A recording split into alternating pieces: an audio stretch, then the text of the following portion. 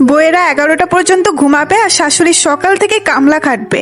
বিয়ের 1.5 বছর হলো, এ পর্যন্ত কি বলতে পারবে আমাকে একবেলা ভাত রান্না করে খাইয়েছে কিনা? শাশুড়ির টানা কথা শুনে ঘুম ভাঙল মিথিলার। ঘড়ি কাটা তখন 8টার ঘরে। আজ ফোনে অ্যালার্মও বাজল না, নাকি মিথিলা শুনতে পায়নি কে জানে। শেষ রাতে ঘুমিয়েছিল সে। কোলের বাচ্চাটার সে কি জ্বর, থরথর করে কাঁপছিল বাচ্চাটা। পাশে তার স্বামী ঘুমে নিমগ্ন, শ্বশুর শাশুড়িও আরামে ঘুমোচ্ছিল। শুধু ঘুম ছিল না মিথিলার চোখে, দোয়া পড়ে বাচ্চাটার শরীরে ফু দিচ্ছিল বারবার। ওষুধ খাইয়ে জলপট্টি দিয়ে শেষ রাতে জ্বর কমল বাচ্চাটার। বাচ্চাকে বুকে নিয়ে তখন মাথা রেখেছিল বালিশে। কখন সে রাত ফুরিয়ে সকাল হলে বুঝতে পারল না। এদিকে শাহানা বেগমের কথা শোনানো তখনও শেষ হয়নি। মিথিলার ঘরের দরজা খুলছে না বলে জোরে জোরে দরজা ধাক্কাতে লাগলো সে। মিথিলা বাচ্চাকে ভালোভাবে শুইয়ে দিয়ে দরজা খুলল। অপরাধীর মতো দাঁড়িয়ে বলল, বাবুর জ্বর আসছিল আম্মা, তাই দেরি হয়ে গেল। শাহানা বেগম তৎক্ষণাৎ ঘরে ঢুকলেন। মিথিলার ছেলের মাথায় হাত দিয়ে সত্যতা প্রমাণ করলেন। ছেলের গা ভেজা, ঘেমে যুগথুবু সারা শরীর। মিথিলার শাশুড়ি ঘর থেকে নিঃশব্দে বের হলেন। ঘরে তার ছেলেও আছে, সে ঘুমে নিমগ্ন। শুনে নিলেও সমস্যা আছে, মাকে খারাপ ভাবে। বাংলাদেশের 80% শাশুড়িরা হয়তো এমনই হয়। ছেলের সামনে ছেলের স্ত্রীদের মা ডাকবে, কিন্তু আড়ালে অত্যাচার করবে। 80% শাশুড়ির কথা বলা শেষ হলে 20% শাশুড়ির কথাও বলা হোক। এই শাশুড়িরা ছেলের স্ত্রীদের মেয়ে মনে করে, নিজের সর্বত্র বিলিয়ে দেয় সেই মেয়ের জন্য। মেয়ের দুঃখে ব্যথিত হয়, মেয়ে সুখে সুখী হয়। এই মেয়েদের ভাগ্যকে রাজভাগ্য, ক্রাসকপাল বলা যায়। মিথিলার দুর্ভাগ্য, সেই 80% শাশুড়ির মধ্যে সে পড়ল। শাহানা বেগম রাগে কটপট করে তাকালো তার দিকে, মুখ বাঁকিয়ে বলল, কেমনে মুখের উপর মিথ্যা বলে দিলে বউ? গ্যাদার শরীর দেহি ঠান্ডা হয়ে রইছে। মিথিলা নতমুখী হয়ে উত্তর দিল, বাবুর জ্বর ছিল মা, আমি সত্যি। পূর্বের তুলনায় শাহানা বেগম আরো রেগে গেলেন। মিথিলার সামনে থেকে সরে গিয়ে রান্নাঘরে ঢুকলেন। সেখান থেকে যা তা বলতে শুরু করলেন। জমিদারের ঝি আনছি, সকাল 10টা পর্যন্ত ঘুমাইয়া মিথ্যা কথা বলে। শান্তার মার কত ভালা কপাল, ছেলের বউ বলার আগেই সব সামনে হাজির করে, সংসারের সব কাজ করে। আর আমার ছেলের বউ পায়ের উপরে পা তুলে বসে থাকে আর আমাকে বান্ধির মতো খাটায়। শাশুড়ির কথা শোনানো এই প্রথম না। শুনতে শুনতে মিথিলার সহ্য হয়ে গেছে। সে চোখের পানি মুছে আকাশের দিকে তাকালো, বিড়বিড় করে বলল, আর কি কি করলে শাশুড়ির মন পাবো বলে দাও আল্লাহ। দুপুরে ডাল ভুনা রান্না হয়েছিল। খাওয়ার পর যতটুকু বাকি ছিল ওইটুকু দিয়ে ডাল পুরি বানাতে বসলো মিথিলা। বিকেলের নাস্তা সবার জন্য। শাহানা বেগম ঘরে বসে বসে তসবিহ পড়ছিলেন। এদিকে মিথিলার বাচ্চাটার আবার জ্বর এসেছে। বাবুকে ঘরে শুয়ে নাস্তা বানাচ্ছিল সে। তার শাশুড়ির কানে বাচ্চার কান্নার আওয়াজ পৌঁছায় না। মিথিলা তাড়াতাড়ি নাস্তা বানাচ্ছিল, ঠিক তখনই অঘটন ঘটল। ডুবো তেলে পুরি দেওয়ার সময় অসাবধানতায় হাতে তেল ছিটকে এলো। মিথিলা চোখ বন্ধ করে নিল। না, সে গগনচুম্বী চিৎকার করেনি। শাশুড়ির কর্ণধারে ওহ আওয়াজটাও যেন না পৌঁছাতে পারে সেই প্রচেষ্টায় ব্যস্ত হলো। হাত জ্বলছে অনবরত। পানির টেপের নিচে কিছুক্ষণ ধরে রাখলো, জ্বালা কমছেই না। টুথপেস্ট লেপটে দিল। এবার কিছুটা আরাম বোধ করল মিথিলা। সবগুলো পুরি বানিয়ে ঘরে আসলো সে। মুঠোফোন বের করে ইমনকে ফোন করলো। ইমন তখন বন্ধুদের সাথে আড্ডায় মত্ত। স্ত্রীর ফোন পেয়ে খানিকটা বিরক্ত হলো সে। বিরক্ত হওয়ার কারণও আছে। মেয়ে মানুষের বিকেল হলেই এটা সেটা খেতে ইচ্ছে করে। সে ভাবছে মিথিলারও হয়তো ইচ্ছে করছে। ইমন বেকার, ইন্টার পাশ করার পর পড়াশোনা করেনি। ছেলে খারাপ হয়ে যাবে ভেবে বাবা মা বিয়ে করিয়ে দেয়। কিন্তু মিথিলা ছিল ইমনের বিপরীত। পড়াশোনায় খুব ভালো ছিল। ইন্টার প্রথম বর্ষের পরীক্ষার পর বাবা মা ইমনের সাথে বিয়ে দিয়ে দেয়। ইমনের বাজে কোনো স্বভাব নেই। এই দিকটাতেই সে মিথিলার বাবা মার মনে জায়গা করে নেয়। শুরুতে সবকিছু ঠিক ছিল। সমস্যা দেখা দেয় মিথিলার ছেলে হওয়ার পর। ছেলের সিজারের সময় মিথিলার বাবা মা অর্থনৈতিক সমস্যায় পড়ে। মেয়ের চিকিৎসা বাবদ মাত্র 10,000 টাকা খরচ করতে পারে। বিষয়টা শাহানা বেগমের চোখে লাগে। ছেলেকে ফুসলিয়ে মিথিলার বিরুদ্ধে নিয়ে আসে। মিথিলার স্বামী যে তার কষ্টে কাঁদত, সেই স্বামী পর হয়ে গেল। মিথিলাকে আর পড়তেও দিল না। যদি মিথিলা তার থেকে উপরে উঠে পড়ে এই ভয়ে। ইমন কল রিসিভ করলো। মিথিলা ব্যথাতুর গলায় বলল, একটা বার্ন ক্রিম আনতে পারবেন? কার কি পড়লো? আমার হাত পুড়ে গেছে অনেকখানি। কিভাবে হাত পড়লো? তার A to Z সব বলল মিথিলা। ইমন তখন মিনমিন সুরে বলল, আমার কাছে তো টাকা নেই। মিথিলা লম্বা নিঃশ্বাস ত্যাগ করলো। বিনা শব্দ করে কল কেটে দিল। মাগরিবের আজান দেবে একটু পর। মিথিলার শ্বশুর মসজিদে যাবেন, বাসায় অজু করতে এসেছেন। মিথিলা শাশুড়ির কাছে গেল। তিনি তখনও তসবিহ পড়ছিলেন। মিথিলা ভয়ে জড়সড় হয়ে কিছুক্ষণ দাঁড়িয়ে রইল। শাহানা বেগম মিথিলাকে দেখে বলল, এভাবে দাঁড়িয়ে আছো কেন? মিথিলা ইতস্তত বোধ করে বলল, নামাজ পড়ে আসার সময় আব্বাকে একটা বার্ন ক্রিম আনতে বলবেন। আবার কি পড়ছো? মিথিলা হাত সামনে বাড়িয়ে দেখিয়ে বলল, হাত পুড়ে ফেলেছি। শাহানা বেগম কিছু বললেন না, শুধু কপাল কুঁচকে রাখলেন। এটা তার স্বভাব। মিথিলা এতে অভ্যস্ত। সে নিঃশব্দে ঘরে চলে আসলো, নামাজ পড়ল, বাবুকে দুধ বানিয়ে খাওয়ালো। এর মধ্যে মিথিলার শ্বশুর মসজিদ থেকে ফিরে আসলেন। ইমনও মিথিলার হাত পড়ার কথা শুনে বাসায় আসলো। স্বভাবগতভাবে নাস্তা করার জন্য মিথিলা ও ইমন শাশুড়ির ঘরে গেল। মিথিলা ভাবলো এই সুযোগে ক্রিম পোড়া স্থানে লাগিয়ে নেবে। নামাজ পড়ার পরও শাহানা বেগম তসবিহ পড়ছিলেন। মিথিলা বাচ্চাকে কোলে রেখে শ্বশুর ও স্বামীকে পুরি পরিবেশন করল। এক ফাঁকে শ্বশুরকে প্রশ্ন করল, আব্বা ক্রিম আনছেন? মিথিলার শ্বশুর বেশ অবাক হলেন।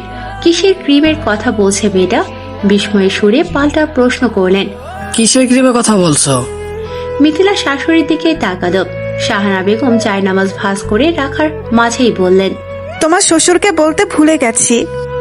মিথিলা প্রত্যুত্তরে কিছু বলল না। ইমনের বিষয়টা খারাপ লাগলো। বেকার ছেলেকে প্রতি মাসে হিসাব করে টাকা দেয় তারা।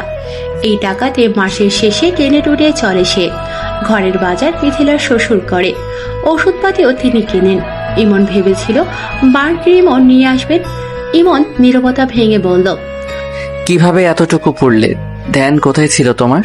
বউয়ের জন্য ছেলের আহ্লাদ করতে দেখে শাহানা বেগম তেতে উঠলেন।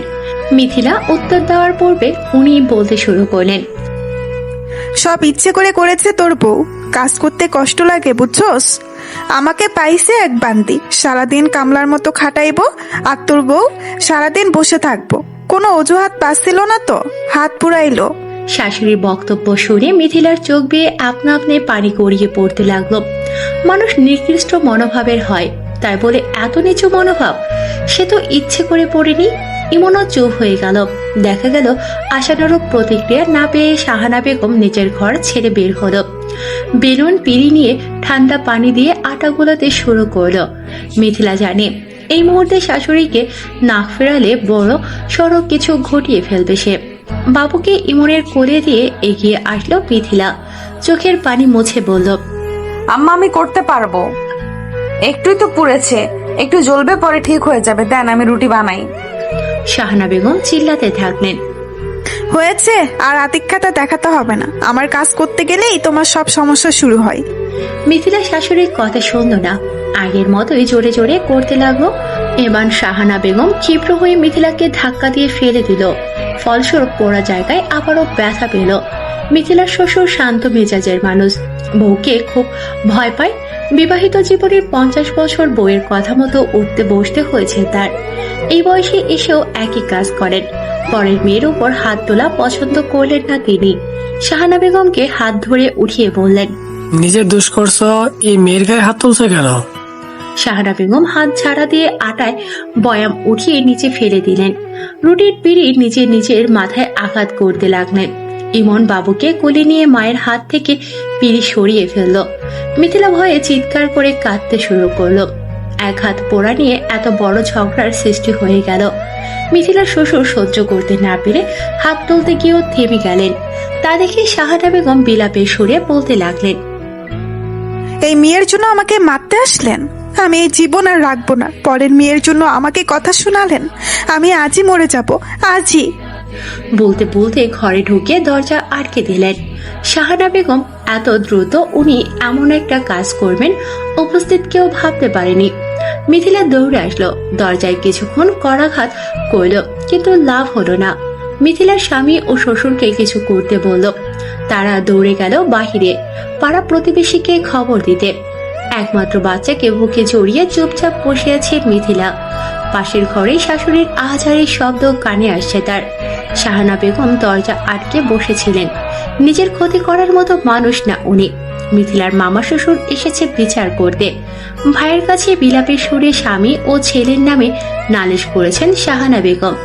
মিথিলা ভয়ঙ্কর পরিস্থিতি দেখে তার বাবাকে কল করেছিল, জানিয়েছিল তখনকার পরিস্থিতি।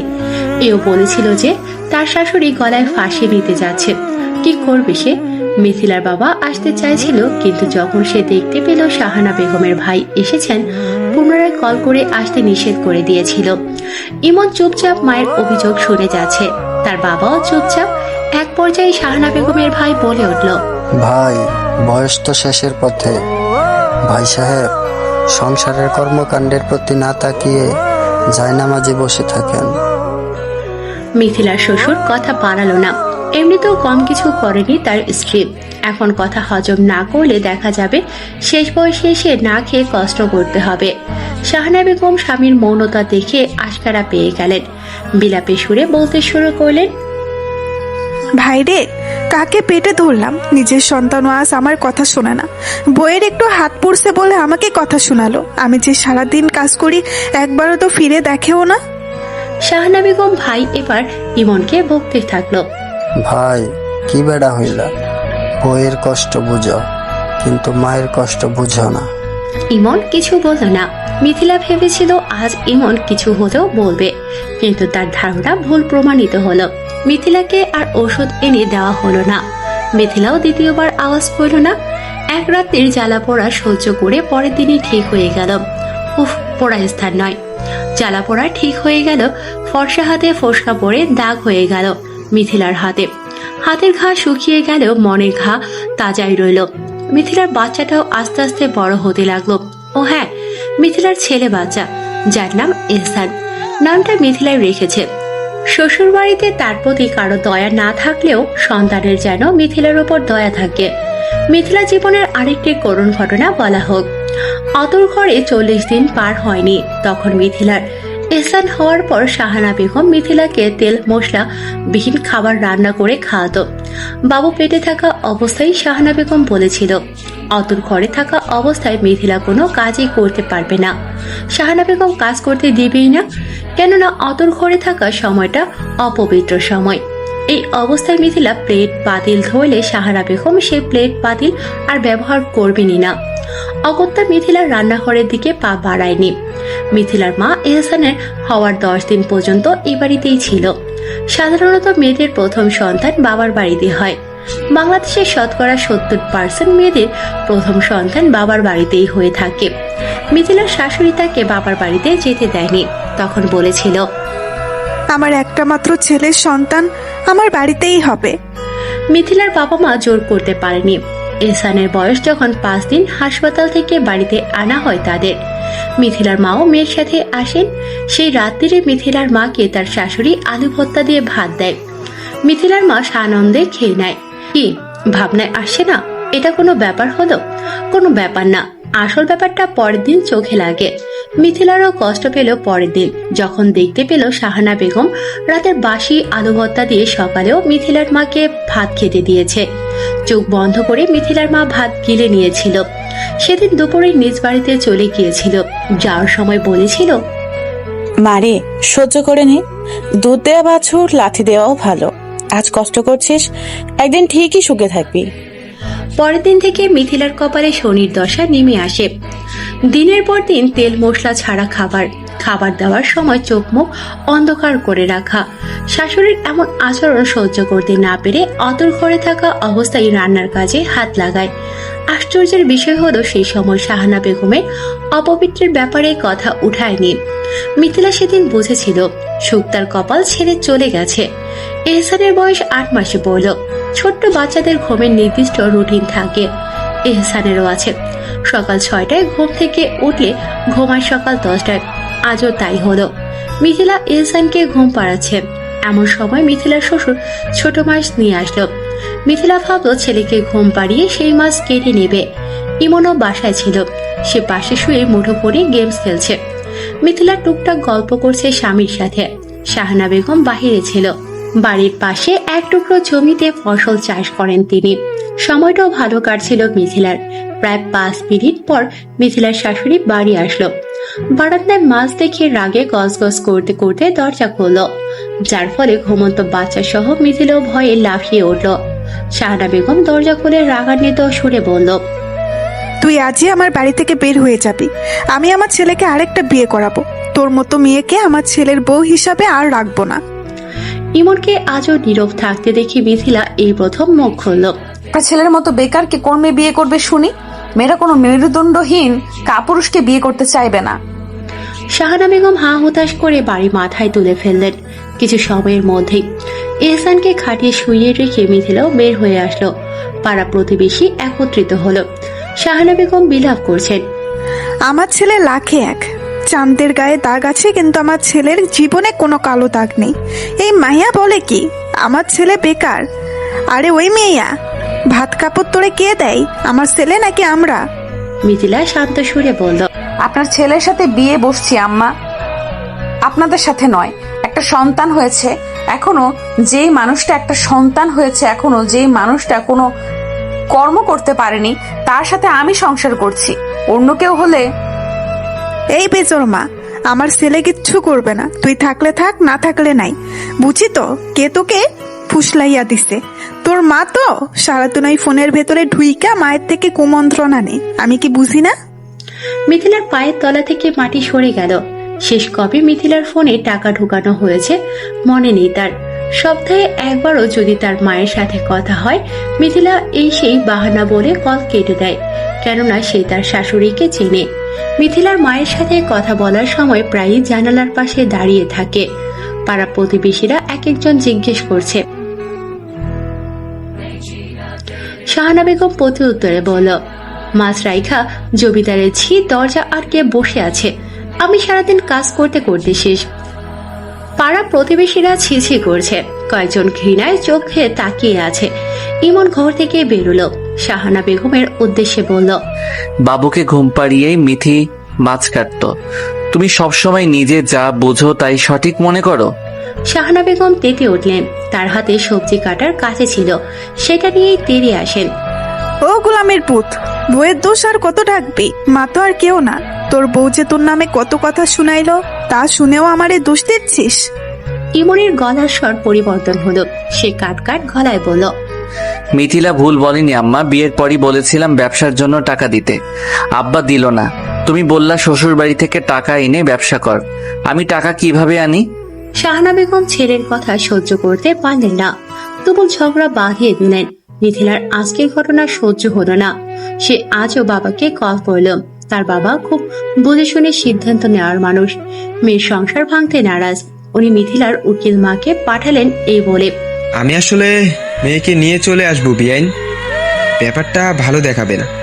আপনি বুঝদার মানুষ, মেয়েকে বুঝিয়ে আসেন। আর আমার বিয়াইনকে বলবেন আমার মেয়েকে যেন একটু বুঝিয়ে কথা বলে, রাগ করে কথা যেন না বলে। মিথিলার উকিল মা আসলেন। উনি সম্পর্কে মিথিলার চাচি শাশুড়িও। মিথিলা তখন কাজ ছিল। শাহানা বেগম তখন বিলাপ করছেন। ছোট চাকে দেখে বলতে শুরু করলেন, দেখ রে রুকাইয়া, কয়েকটা মাছ কাটতে বলছিলাম বউরে, আমারে যাতা বলে কথা শোনালো। রুকাইয়া বড় চায়ের সম্পর্কে সবকিছুই জানেন। উনি শাহানা বেগমকে ঘরে নিয়ে পানি খাইয়ে শুয়ে থাকতে বললেন। আবারও এও বললেন যে উনি মিথিলার বিচার করবেন। রুকাইয়া এসে দেখলো মিথিলা মাছ করছে। সেও হাত দিল। খুঁটিয়ে খুঁটিয়ে সবকিছুই জেনে নিল। মিথিলা মায়ের মতো মমতা পেয়ে কান্না করে মনে ঢুকানো সুপ্ত কষ্টের কথাগুলো বলল, মা, আম্মা বলছিল না বিয়ের পর আমাকে পড়াবে, তাহলে পড়ায়নি কেন? কেন পড়ার কথা উঠালে মিথ্যা বলে? আমি নাকি মায়ের থেকে কুমন্ত্রণা নেই, এটাও বললো আজ। শাহানা বেগম কান পেতে শুনল। বিছানা ছেড়ে সোজা মিথিলার ঘরে গেল। মিথিলার ঘরের টেবিলের উপরে থাকা মোবাইল হাতে নিয়ে উঠোনে নিক্ষেপ করে বলল, মাগির ছিপ, তোর মোবাইল আমার সংসার বিনাশ করব, তাই মোবাইল রাখুম না। মাছ কাটা বাদ দিয়ে মিথিলা দাঁড়িয়ে পড়ল। তার চোখ বেয়ে অঝোর ধারায় পানি পড়তে লাগলো। বিয়ের 1 বছর হয়ে গেল কিন্তু বাচ্চা হইল না। এই মায়ের কোনো দোষ আছে নাকি? খবর নিছো আপা?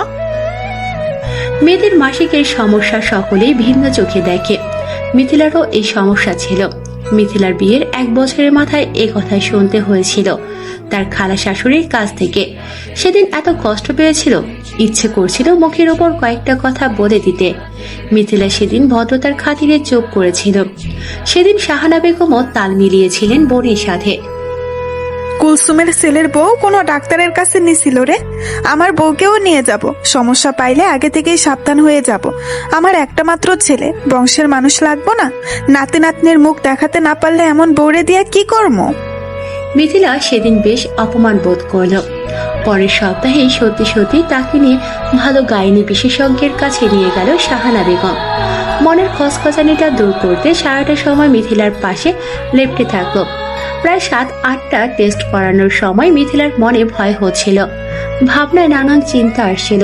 আলট্রাসোনোগ্রাফি করানোর সময় মিথিলা একাই ছিল। সে ডাক্তারকে অনুনয় করে বলেছিল যেন রিপোর্টের কথাটা তাকে আগে জানানো হয়। আলট্রাসোনোগ্রাফির রিপোর্ট আসলো আধা ঘন্টা পরে। মিথিলা সহ শাহানা বেগম ভেতরে গেলেন। মিথিলার শুকনো মুখটা দেখে তখন ডক্টর কিছু বুঝতে পেরেছে কিনা সে জানে না। রিপোর্ট এসেছিল মিথিলার ডিম্বায়নেতে সামান্য দাগ পড়েছে। শাহানা বেগম শোনার পর নাক মুখ কুঁচকে নিয়েছিলেন। ডাক্তার তখন মিথিলার দিকে তাকিয়েছিল। তার শুকনো মুখ দেখে হেসে শাহানা বেগমের উদ্দেশ্যে বলেছিল, খালা কি হয়? শাহানা বেগম বিরস মুখে উত্তর দিয়েছিল, ছেলের বউ। বইয়ের তেমন সমস্যা নেই তো খালা, শুধু ডিমানোতে হালকা দাগ পড়েছে। এটা কোনো সমস্যা না, 1 মাস ওষুধ খেলেই ঠিক হয়ে যাবে। শাহানা বেগমের যেন ডক্টরের কথা বিশ্বাস হলো না। ডক্টর হাসছিল। তেতো মুখ করে শাহানা বেগম বাড়ি ফিরেছিলেন। সে যাত্রায় মিথিলা বেঁচে গিয়েছিল, কেননা তার শারীরিক কোনো সমস্যা ছিল না। পরের মাসেই এহসানকে সে তার গর্ভে ধারণ করে। এখন যদি সে গর্ভবতী না হতো, শাহানা বেগম সত্যি সত্যি ইমনের কাছ থেকে তাকে তালাক করিয়ে নিত। মিথিলারা 4 ভাই বোন, 3 বোন, 1 ভাইয়ের মধ্যে মিথিলা বড়। ছেলে চাইতে চাইতে 3 মেয়ের জন্ম দিয়েছিল মিথিলার মা। মিথিলার বিয়ের 3 মাস পর তার মেজ বোনের বিয়ে হয়, কিন্তু দুর্ভাগ্যবশত বিয়ের 7 মাসের মাথায় তাদের ডিভোর্স হয়ে যায়। মিথিলার বোন বাবার বাসায় চলে আসে। মেজ মেয়ের সাথে এমন ঘটনা ঘটার পর মিথিলার বাবাও চাইনি তার বড় মেয়ের সাথে এমন ঘটনা ঘটুক। তাই তিনি সর্বদা বলতেন মিথিলাকে ধৈর্য ধারণ করতে। মিথিলার বিয়ের সময় পাত্র নির্বাচনের বেলায় মিথিলার বাবা শুধু ইমনের সরলতা দেখেছিল। 5 ওয়াক্ত নামাজ পড়তো তখন। বেকার জানা সত্ত্বেও এই 2 কারণে বিয়ে দিয়েছিল মেয়েকে। বর্তমানে ছেলেরা যেখানে বাজে নেশায় আসক্ত থাকে, ইমনের ছিল না। এছাড়াও ইমনদের বাড়ির অবস্থার দেখভাল এসব বিবেচনা করেই মেয়েকে বিয়ে দিয়েছিলেন। কিন্তু কে জানতো মিথিলার কপালে এত দুঃখ থাকবে। বৈশাখ মাসের তপ্ত এক দুপুরে মিথিলা রান্না করছিল। গরমে একাকার অবস্থা। এহসানকে নিয়ে মিথিলার শ্বশুর বাইরে বসে আছে। ইমন সকালে বেরিয়েছে বন্ধুদের সাথে আড্ডা দেওয়ার কথা বলে। মিথিলা এই ফাঁকে রান্না সেরে নিচ্ছে। শাহানা বেগম আজ কবুতর রান্না করার জন্য বলেছেন। তরকারি কষিয়ে ঝোল দিয়ে ঘরে গেল মিথিলা। গরমে জুবুথুবু হয়ে বসল সে। মাথার উপরে পাখা চলছে। একটু পরপরই তরকারি দেখে আসে। সেই সময়ের হিসাব করে শাহানা বেগম ফোনে কার সাথে যেন কথা বলছিল। জানালা দিয়ে যখন দেখলো মিথিলা বসে আছে, সে ফোন কেটে দিল। শাশুড়ি আসার আভাস পেয়ে মিথিলাও উঠে দাঁড়ালো। দেখা গেল মিথিলা পৌঁছানোর আগেই শাহানা বেগম চুলার পাড়ে চলে এসেছেন। হাঁটার পথে মিথিলাকে প্রতিবারের মতো কথা শোনাতে ভুললেন না। একটু কি রান্না করে ঘরে যাওয়ার লাইগা পাগল হইয়া যায়। আমরা লাড়কি দিয়া রান্না করছি, চুলার পাত থেকে সরিয়ে নাই। আমার শরীর কালা হইয়া যাইব তা ভাবি নাই, আর এখন বইয়েরা একটু চুলার পাড়ে আসলেই কখন ঘরে যাইব তা ভাবে। মিথিলা শাশুড়ির কথা উপেক্ষা ওনার পিছু পিছু আসলো। মিথিলাকে চুলার পাড়ে এসে দাঁড়াতে দেখে শাহানা বেগম রেগে গেল। হিতাহিত জ্ঞান শূন্য হয়ে খালি হাতেই মাটির ঢাকনার হাত রাখলেন। ফলস্বরূপ যা হওয়ার হয়ে গেল। গরম ঢাকনা ধরতে না পেরে নিচে পড়ে ভেঙে গেল। শাহানা বেগম দোষ দিলেন মিথিলার ওপর। মিথিলা শাশুড়িকে ধরে পিছনে নিয়ে আসতে চাইছিল, কিন্তু কিভাবে যেন তরকারি শাহানা বেগমের হাতের উপর পড়ে গেল। মিথিলা শুধু চিৎকার করে বলল, আম্মা এটা কি করলেন? শাহানা বেগম তখন মিথিলার হাত ছেড়ে নিচে বসে পড়ল। চিৎকার করে কান্না করতে করতে বলল, আমার হাত পুড়ে গেল রে। ও মা গো, ও আল্লাহ গো, আমারে জ্যান্ত মাইরা ফেলতে চাইছিল। কোন ডাইনি রে ঘরে আনলাম রে। স্ত্রীর বিলাপ শুনে মিথিলার শাশুড় দৌড়ে আসলেন। মিথিলার কোনো কথা না শুনে তাকে কথা শোনাতে শুরু করলেন। তোমার বাপকে আজই খবর দিব, তোমাকে যেন নিয়ে যাই। মনে রেখো, আমার নাতিকে নিয়ে যাইতে পারবা না। কত বড় সাহস, আমার বাড়িতে খাইয়া আমারই ক্ষতি করবার চাই। মিথিলা বারবার বলছে সে ইচ্ছে করে কিচ্ছু করেনি, কিন্তু তার কথা কেউ কানে নিল না। শাহানা বেগম তখনও বিলাপের সুরে কাঁদছে। ইহসানকে মিথিলার কোলে দিয়ে শ্বশুর চলে গেল বান ক্রিম আনতে। মিথিলা তা দেখে তা ছিল হাসল। সবকিছু পরিষ্কার করতে করতে বেলা গড়িয়ে গেল। শাহানা বেগম দুপুরের খাবার খেলেন না, উল্টো মিথিলার বাবাকে ফোন করলেন জলদি আসার জন্য। মিথিলার বাবা আসলো বিকেল 4টায়। মিথিলা জানতো না তার বাবা আসবে। বাবা এসে সরাসরি মিথিলার ঘরে প্রবেশ করে প্রথম প্রশ্নটা করলো, তুই কি চাস? আমি যেন মরে যাই? মিথিলা বাবার আগমনে খুশি হবে নাকি বাবার প্রশ্ন শুনে অবাক হবে বুঝতে পারল না। সে অবাকের সুরে প্রশ্ন করলো, কি হয়েছে আব্বু? বিয়ানের সাথে কি করেছিস? মিথিলা যা বোঝার বুঝে গেল। সে কিছু বলবে তার আগেই শাহানা বেগম ঘরে আসলো। মিথিলার বাবাকে উদ্দেশ্য করে বলল, বিয়াই আসছেন? আসেন আসেন, আপনার মেয়ে কি করেছে দেখে যান। মিথিলার বাবা একবার মেয়ের দিকে তাকিয়ে চলে গেলেন। মিথিলা চোখের পানি মুছে শাশুড়ি ঘরের দ্বারের সামনে দাঁড়ালো। মিথিলা শুনতে পেল শাহানা বেগম বলছে, দেখেন বিয়াই, আমার হাতটা দেখেন। আপনার মেয়ে ইচ্ছে করেই আমার হাতের তরকারি ফেলে দিছে, আমার শখের মাটির ঢাকনাও ভেঙে ফেলছে। শাহানা বেগম কান্না থামালেন না। মিথিলার বাবা মেয়ের গালে 2টা থাপ্পড় বসিয়ে বললেন, কেন বিয়ানের গাত পুরালি? গালে হাত রেখে মিথিলা উত্তর দিল, মা খালি হাতে ঢাকনা ধরেছিল, গরম সহ্য করতে না পেরে ফেলে দিছে। আমি তো মাকে বাঁচাতে গিয়েছিলাম, কিন্তু কিভাবে হয়ে গেল? মিথিলার বাবা মেয়ের হাত ধরে শাহানা বেগমের সামনে নিয়ে দাঁড় করিয়ে বললেন। পায়ে ধরে মাপচা। মিথিলা বলল, আমি মায়ের হাত পুড়িনি। মাপচা মিথিলা, নয়তো তোর মাকে আমি আজই তালাক দিব। মিথিলা মাকে খুব ভালোবাসে, আর সে এটাও জানে তার বাবা সজ্ঞানী হোক অথবা রাগের মাথায় হোক, যা বলবে তাই করবে। মিথিলা চোখের পানি ফেলতে ফেলতে শাশুড়ির পায়ে লুটিয়ে পড়ল। শাহানা বেগম বিজয় খুশি হলো, লোক দেখানো কাজ করতে শুরু করলো। এবার মিথিলার বাবার জন্য মিথিলাকে খাবার আনতে বলল। বাবা খায়নি, বরঞ্চ মিথিলাকে বলে গেল যেন পরবর্তীতে তার নামে নালিশ না শুনতে হয়। বাবার কথা রেখে আসছে সে। শ্বশুর বাড়িতে যাই ঘটুক না কেন, বাবার বাড়িতে কখনো বলতে চায় না, সই নিচ্ছে সে। মিথিলার জীবন বৃত্তান্ত লেখা শত শত শব্দে লিখেও শেষ হবে না। আমাদের মাঝে এমন হাজার হাজার মিথিলা আছে যারা পরিস্থিতি চাপে পড়ে মুখ বুজে সহ্য করে নেয়, আর শাহানা বেগমের মতো ভূমিকা পালন করে তাদের বিচার পৃথিবীতে একটু হলেও হয়, যেমনটা আগামী পর্বে শাহানা বেগমের সাথে হবে। কিছুদিন পর ইমনের সুবুদ্ধি হলো। স্ত্রী ও সন্তানের ভবিষ্যতের কথা ভাবতে শুরু করলো। ইমন বাবা মায়ের সমর্থন ছাড়াই সামনে আগালো। চাচার বন্ধুর কাছে 6 মাস ফার্মেসির কাজ শিখল। ছেলে কয়েক মাসের ট্রেনিং নিয়ে দোকান দেওয়ার জন্য প্রস্তুতি নিল। ওষুধ কিনতে গেলে টাকার প্রয়োজন হবে। ইমন ও মিথিলা চিন্তায় পড়ে গেল কিভাবে টাকার বন্দোবস্ত করবে। শাহানা বেগম ছেলেকে খুব ভালোবাসেন। ওনার বিয়ে 2 যুগ পরে ছেলের জন্ম।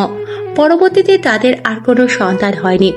এই বয়সে এসেও সংসারের কর্তৃত্ব হারাতে চায় না শাহানা বেগম। তিনি মনে করেন পরের মেয়েকে আশকারা দিলে কর্তৃত্ব ছিনিয়ে নেবে। মিথিলার মনে হয় না শাহানা বেগম জীবিত থাকা অবস্থায় কোনোদিনও তার মাথায় স্নেহময় হাত রাখবে। ফার্মেসির ওষুধের জন্য টাকা প্রয়োজন। ইমনের কাছে তখন জমানো কিছু টাকা ছিল। সে ভেবেছিল সেই টাকা দিয়ে অল্প ওষুধ কিনে আনবে। শাহানা বেগম বিষয়টা জেনে কিছু ভাবলেন। একদিন সকালে মিথিলা রুটি বানাতে বসলো। শাহানা বেগম পানের বাটা নিয়ে পাশে এসে বসলেন। ইনিয়ে বিনিয়ে বলতে শুরু করলেন, জামাইয়ের অসময়ে বউদের পাশে থাকতে হয়। তোদের বাপের বাড়ি থেকে না পারো, নানার বাড়ি থেকে কিছু টাকা নিয়ে আসো। মিথিলা অপ্রস্তুত হলো। সে ভাবতে পারেনি তার শাশুড়ি এভাবে টাকা আনতে বলবে। মিথিলা দেখলো তার সামনে আর কোনো পথ নেই। কয়েকদিন পর ইমনকে সাথে নিয়ে শাহানা বেগম ঠিকই মিথিলার নানার বাড়ি গেল। সেখান থেকে 1000-20 মতো টাকা ধার করে আনলো। অথচ 6 মাসের আগে মিথিলার শ্বশুর জমি বিক্রি করেছেন। সেখানে ইমন একমাত্র ছেলেরও অধিকার আছে, কিন্তু মিথিলার শ্বশুর শাশুড়ি সেই টাকা দিল না। মিথিলা ইমনকে বলেছিল। জমি বিক্রি করার থেকে কিছু টাকা নিয়ে ওষুধ আনা যায় না? ইমন প্রতি উত্তরে বলেছিল, তারা জীবিত থাকা অবস্থায় আমাকে তাদের টাকায় ব্যবসা করতে দিবে না। মিথিলার মাঝে মাঝে মনে হয় ইমন তার বাবা মায়ের নিজের সন্তান নয়। অনেকের কাছে শুনেছে ইমন নাকি তাদের পালিত সন্তান। বিষয়টার সত্যতা নিশ্চিত করতে সে একদিন শাশুড়িকে জিজ্ঞেস করেছিল। শাহানা বেগম সেদিন অনেক কটু কথা শুনিয়ে দিয়েছিল। ফার্মেসিতে ক্রয় বিক্রয় ভালোই চলছিল। উদ্বোধনের দিন মিথিলার বাবা এসেছিল। মেয়ের জামাইয়ের সুবুদ্ধি দেখে ঘণ্টাখানেক প্রশংসাও করেছিল। বলে না, সুখ সবার দ্বারে আসে না। মিথিলার কপালেও সুখ ধরা দিয়েও ধরা দিল না। প্রায় এক সপ্তাহ পরের কথা, একদিন সন্ধ্যায় মিথিলার শ্বশুর জরুরি কাজে ডাকেন ইমন ও মিথিলাকে। ইমন দোকান বন্ধ করে 8টার বাড়ি ফিরে আসলো। দুজন মিলে শ্বশুরের সামনে গেলে উনি বলতে শুরু করলো, খালপাড়ে জমি এমনিতেই পড়ে আছে, সেখানে বাড়ি করুম। ইমন, তোর দোকান করা লাগবে না। আমি বুড়ো মানুষ, দৌড়াদৌড়ি করতে পারি। সব বাদ দিয়ে বাড়ির পেছনে দৌড়া। আশ্চর্যজনক ব্যাপার হলো ইমন রাজি হয়ে গেল। পরের দিন মিথিলার বাবার কানে দোকান ছেড়ে দেওয়ার কথা চলে গেল। উনি বাড়িতে আসলেন না। রাতে ইমনকে ডেকে আনলেন, ইমনের সাথে কথা বললেন। বাবা, দোকান ছেড়ো না। তুমি বাড়ির একমাত্র ছেলে, বাড়ির কাজ করতেই হবে। তুমি আজ করো, সন্ধ্যায় না হয় দোকানে বসবে। ইমন শ্বশুরকে হ্যাঁ না কিছু বলেনি, কিন্তু বাসায় ফিরে মিথিলার ওপর রাগ খাটালো। শ্বশুর শাশুড়ির সামনে মিথিলাকে ডেকে বলতে শুরু করলো, তোমার বাবাকে যার কথা আমার শুনতে হবে, আমি দোকান করব কি করব না তাকে কেন জবাবদিহি করতে হবে? ও তোমার বাবা চায় যেন আমি সারাদিন রাত খেটে খুটে মরি। কত বড় সাহস আমার বাবা মা, যেখানে আমাকে কিছু বলে না, সে কোন জায়গার মাতব্বর আমাকে উপদেশ দেয়? মিথিলা বলল, আমার বাবা তোমারও বাবা, উনি তোমাকে খারাপ উপদেশ দেয়নি। বউ বাচ্চা আছে, তাদের কথা চিন্তা করতে বলেছে। মিথিলার কথা কেড়ে নিলেন শাহানা বেগম। উচ্চ আওয়াজে বললেন, বউ বাচ্চা মানে কি? আমরা তোমার পেছনে খরচ করি না? 3 বেলা যে ভাত খাচ্ছ, কার কামাইয়ে খাচ্ছ? আর একবার আমার ছেলের কাজকর্ম নিয়ে বলবা তো বাড়ি থেকে বের করে দিব। শাশুড়ির কথা শেষ হতেই শ্বশুর কথা শোনালো। মিথিলা সেদিন সারা রাত কান্না করেছে, ঘুমায়নি। নতুন বাড়ির কাজ শুরু হয়েছে। ইমন লোকসান করে দোকান ছেড়ে দিল। তিনজনই নতুন বাড়িতে চলে যায়। মিথিলা একা হাতে সংসার বাচ্চা সামলাতে শুরু করলো। সেদিনের পর থেকে ইমনের সাথেও মিথিলার দূরত্ব বেড়ে গেল। প্রয়োজন ছাড়া মিথিলা কথা বলে না, ইমনও তেমন কথা বলে না। সারাদিন পর বিকেলে বাড়িতে আসলেও মিথিলাকে দেখেও দেখে না। ইচ্ছে হলে বাহিরে চলে যায়, রাত করে আড্ডা দেয় বন্ধুদের সাথে। এভাবে চলছে মিথিলার সময়। কয়েক মাস পরের ঘটনা, ইমনের তখন 5,000 টাকার খুব প্রয়োজন হলো। বাবা মায়ের কাছে না চেয়ে মিথিলার কাছে চাইলো। সে টাকা কিভাবে দেবে? শ্বশুর বাড়ি থেকে কোনোদিনও হাত খরচের টাকা পায়নি। ইমন মিথিলার হাত ধরে বলল, বাবার কাছ থেকে এনে দাও না। মিথিলা প্রথমে আমোদ করল, পর মুহূর্তে ইমন ভুলিয়ে ভালিয়ে রাজি করিয়ে ফেলল। মিথিলা তার মায়ের কাছে টাকা চাইল। আমরা সব সময় যে সাহায্য পাবো তেমন নয়। অর্থ ও সম্পদ সব সময় একই থাকে না। সব সময়ের মতো মিথিলার মা এবার কোনো সাড়া দিল না। এতে করে মিথিলার জীবনে সবচেয়ে খারাপ মুহূর্ত চলে আসলো। টাকা না দেওয়ার ব্যাপারটা নিয়ে ইমন প্রথম কোনো পদক্ষেপ নিল না, কিন্তু কয়েকদিন পর মিথিলার বাবা দাওয়াত দিলে ইমন যেতে অবজ্ঞা করল। শাহানা বেগম কারণ জিজ্ঞেস করলে বলল, ওই বাড়িতে আমরা কেউ যাব না, ওরা আমাদের লোভী পরিবার বলছে। ইমনের কথাটা সম্পূর্ণ মিথ্যে ছিল। ইমন কেন মিথ্যে বলল আজ পর্যন্ত মিথিলা জানে না। ইমন কথায় কথায় টাকার কথাও বলল। শাহানা বেগম শোনার পর মিথিলাকে এমনি এমনি ছেড়ে দিল না। উনি মিথিলাকে সব কাজ করতে নিষেধ করে দিলেন। রান্না করতে গেলেও কথা শুনিয়ে এলেন। রাগে গজগজ করতে করতে বলেন, তোর বাবা মার কি এতটুকু সামর্থ্য নাই? 5,000 টাকাই তো চেয়েছিল, 5 লক্ষ নয়। এভাবে আমার ছেলেরা অপমান করলো। তোর কোনো কাজ করতে হবে না, তোর হাতের রান্না খাওয়া মানে বিষ খাওয়া। মিথিলা শাশুড়ির কটু কথা সহ্য করতে পারল না। মিথিলা তার বাবাকে ফোন করে রাগান্বিত সুরে বলল, 5,000 টাকাই তো চাইছিলাম, যদি দিতে তাহলে আমাকে এত কথা শুনতে হতো না। মিথিলার বাবা অপর পাশ থেকে বললেন, কবে চাইছিলাম মা? আমি তো জানি না। মিথিলা বুঝতে পারল তার মা তার বাবাকে টাকার কথা জানায়নি। মিথিলা আবার বলল, মা তোমাকে বলেনি? মা কেন এমন করলো? মিথিলা কাছে তার কান্নাতে শক্ত বাবার মন ভেঙে টুকরো টুকরো হয়ে যাচ্ছে। মেয়েদের বাবার বাড়িতে শ্বশুর বাড়ির লোকজন টাকার ব্যাংক ভেবে বসে। দুই ঈদে একটি কাপড়ের রং ফ্যাকাশে হলেও কথা শোনায়, বলে নিম্নমানের কাপড়। এই ঈদে কাপড় না দিলে টানা কথা শুনতে হয়। মিথিলা বাবার ফোন কেটে মিথিলার শ্বশুরকে ফোন করলো। ভদ্রলোক অনেক কথা বলল শ্বশুরকে। সেদিন মিথিলার শ্বশুর মিথিলাকে যা তা বলে কথা শোনালো। চারিদিকের এত চাপ মিথিলার সহ্য হলো না। সে ইমনের কাছে গেল। ইমন দুপুরের খাবার খাচ্ছিল। মিথিলা চোখের পানি মুছে ইমনের সামনে এসে বলল, তুমি কি চাও বলো আমাকে। ইমন বিরক্ত হলো। খাওয়ার মাঝে কথা বলার জন্য নাকি মিথিলার প্রশ্ন এড়ানোর জন্য মিথিলা পুনরায় বলল, 5,000 টাকার জন্য তোমাকে আমার সাথে বাজে আচরণ করছো? ইমন স্বাভাবিক গলায় বলল। সহ্য করতে না পারলে মরে যাও। মিথিলার তখন কি হলো জানে না। সে ইমনের কথাটাই অনুসরণ করলো। আলমারি থেকে নতুন সুতির কাপড় বের করে ফ্যানের সাথে ঝুলিয়ে দিল। ইমন সব দেখেও দেখল না। মিথিলা তখন ইমনের উদ্দেশ্যে বলল, এছাড়া আমি কোনো পথ খুঁজে পাচ্ছি না। মাথার উপর যান্ত্রিক পাখা অনবরত ঘুরছে। কিছুক্ষণ আগেও সেখানে ঝুলে থাকার জন্য তৈরি হচ্ছিল মিথিলা। শেষ সময়ে সন্তানের কথা ভেবে ডুকরে কেঁদে উঠল সে। সন্তানকে বুকে জড়িয়ে শুয়ে থাকলো সন্ধ্যা পর্যন্ত। মিথিলার মতো কিছু মেয়েরা আছে যারা পরিবারের বড় মেয়ে হয়ে থাকে। তারা সারা জীবন ত্যাগ করেই যায়, হোক সেটা জীবনের জন্য অথবা পোশাকের জন্য। ছোটবেলা থেকেই মিথিলা তার মাকে অত্যাচারিত হতে দেখে এসেছে তার দাদির দ্বারা। মিথিলার মা ধৈর্য ধরে থাকত, ফলস্বরূপ এখন উনি সুখী। মিথিলাকে তার মা নিজের দিকটা দেখিয়ে ধৈর্য ধরে রাখতে বলছে তাকে। মিথিলাও এতদিন তাই করে আসে। আজ ধৈর্যের বাঁধ ভেঙে গিয়েছিল, তাই তো অমন ভয়ঙ্কর সিদ্ধান্ত নিতে যাচ্ছিল। মিথিলার দিন খুব বিরহে কাটতে লাগলো। স্বামীর ঘরেই মেয়েদের আসল ঠিকানা। বিয়ের পর বাবার বাড়ি মেয়েদের অস্থায়ী ঠিকানা হয়ে যায়। বাবার বাড়িতে তারা দুদিনের মেহমান হয়ে বেড়াতে যায়। মিথিলা নিজের ভাগ্যকে মেনে নিল। মায়ের কথা মেনে পড়ে থাকলো শ্বশুর বাড়ি। একদিন তো ভাগ্য তার সহায় হবে। সেদিনের অপেক্ষায় রইল। শাহানা বেগম ভালো হওয়ার মানুষ নন। চুন থেকে পান খসলে গাল মন্দ করেন মিথিলাকে। এই তো সেদিনের কথা।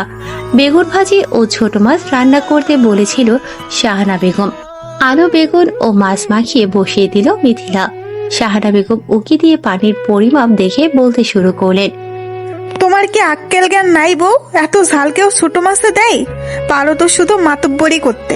আমাকে একবারও জিগাইছিলা তোমার বাপের বাড়ির মানুষকে রান্নাটা পর্যন্ত শিখাইয়া দেয় নাই? মিথিলা তরকারি ঝোল দেখল, পরিমাণ মতোই তো হয়েছে। তবে কি শাহানা বেগম আজও তাকে বিনা দোষে দোষারোপ করতে আসছে? মিথিলা তরকারি ঢাকনা খুলে দিয়ে বলল, ঢাকনা খুলে দিয়েছি আম্মা, বাষ্প বের হতে হতে পানি শুকিয়ে যাবে। আমাকে শিখাইতে আইছো? তরকারি লুতা লুতা হইয়া যাইব।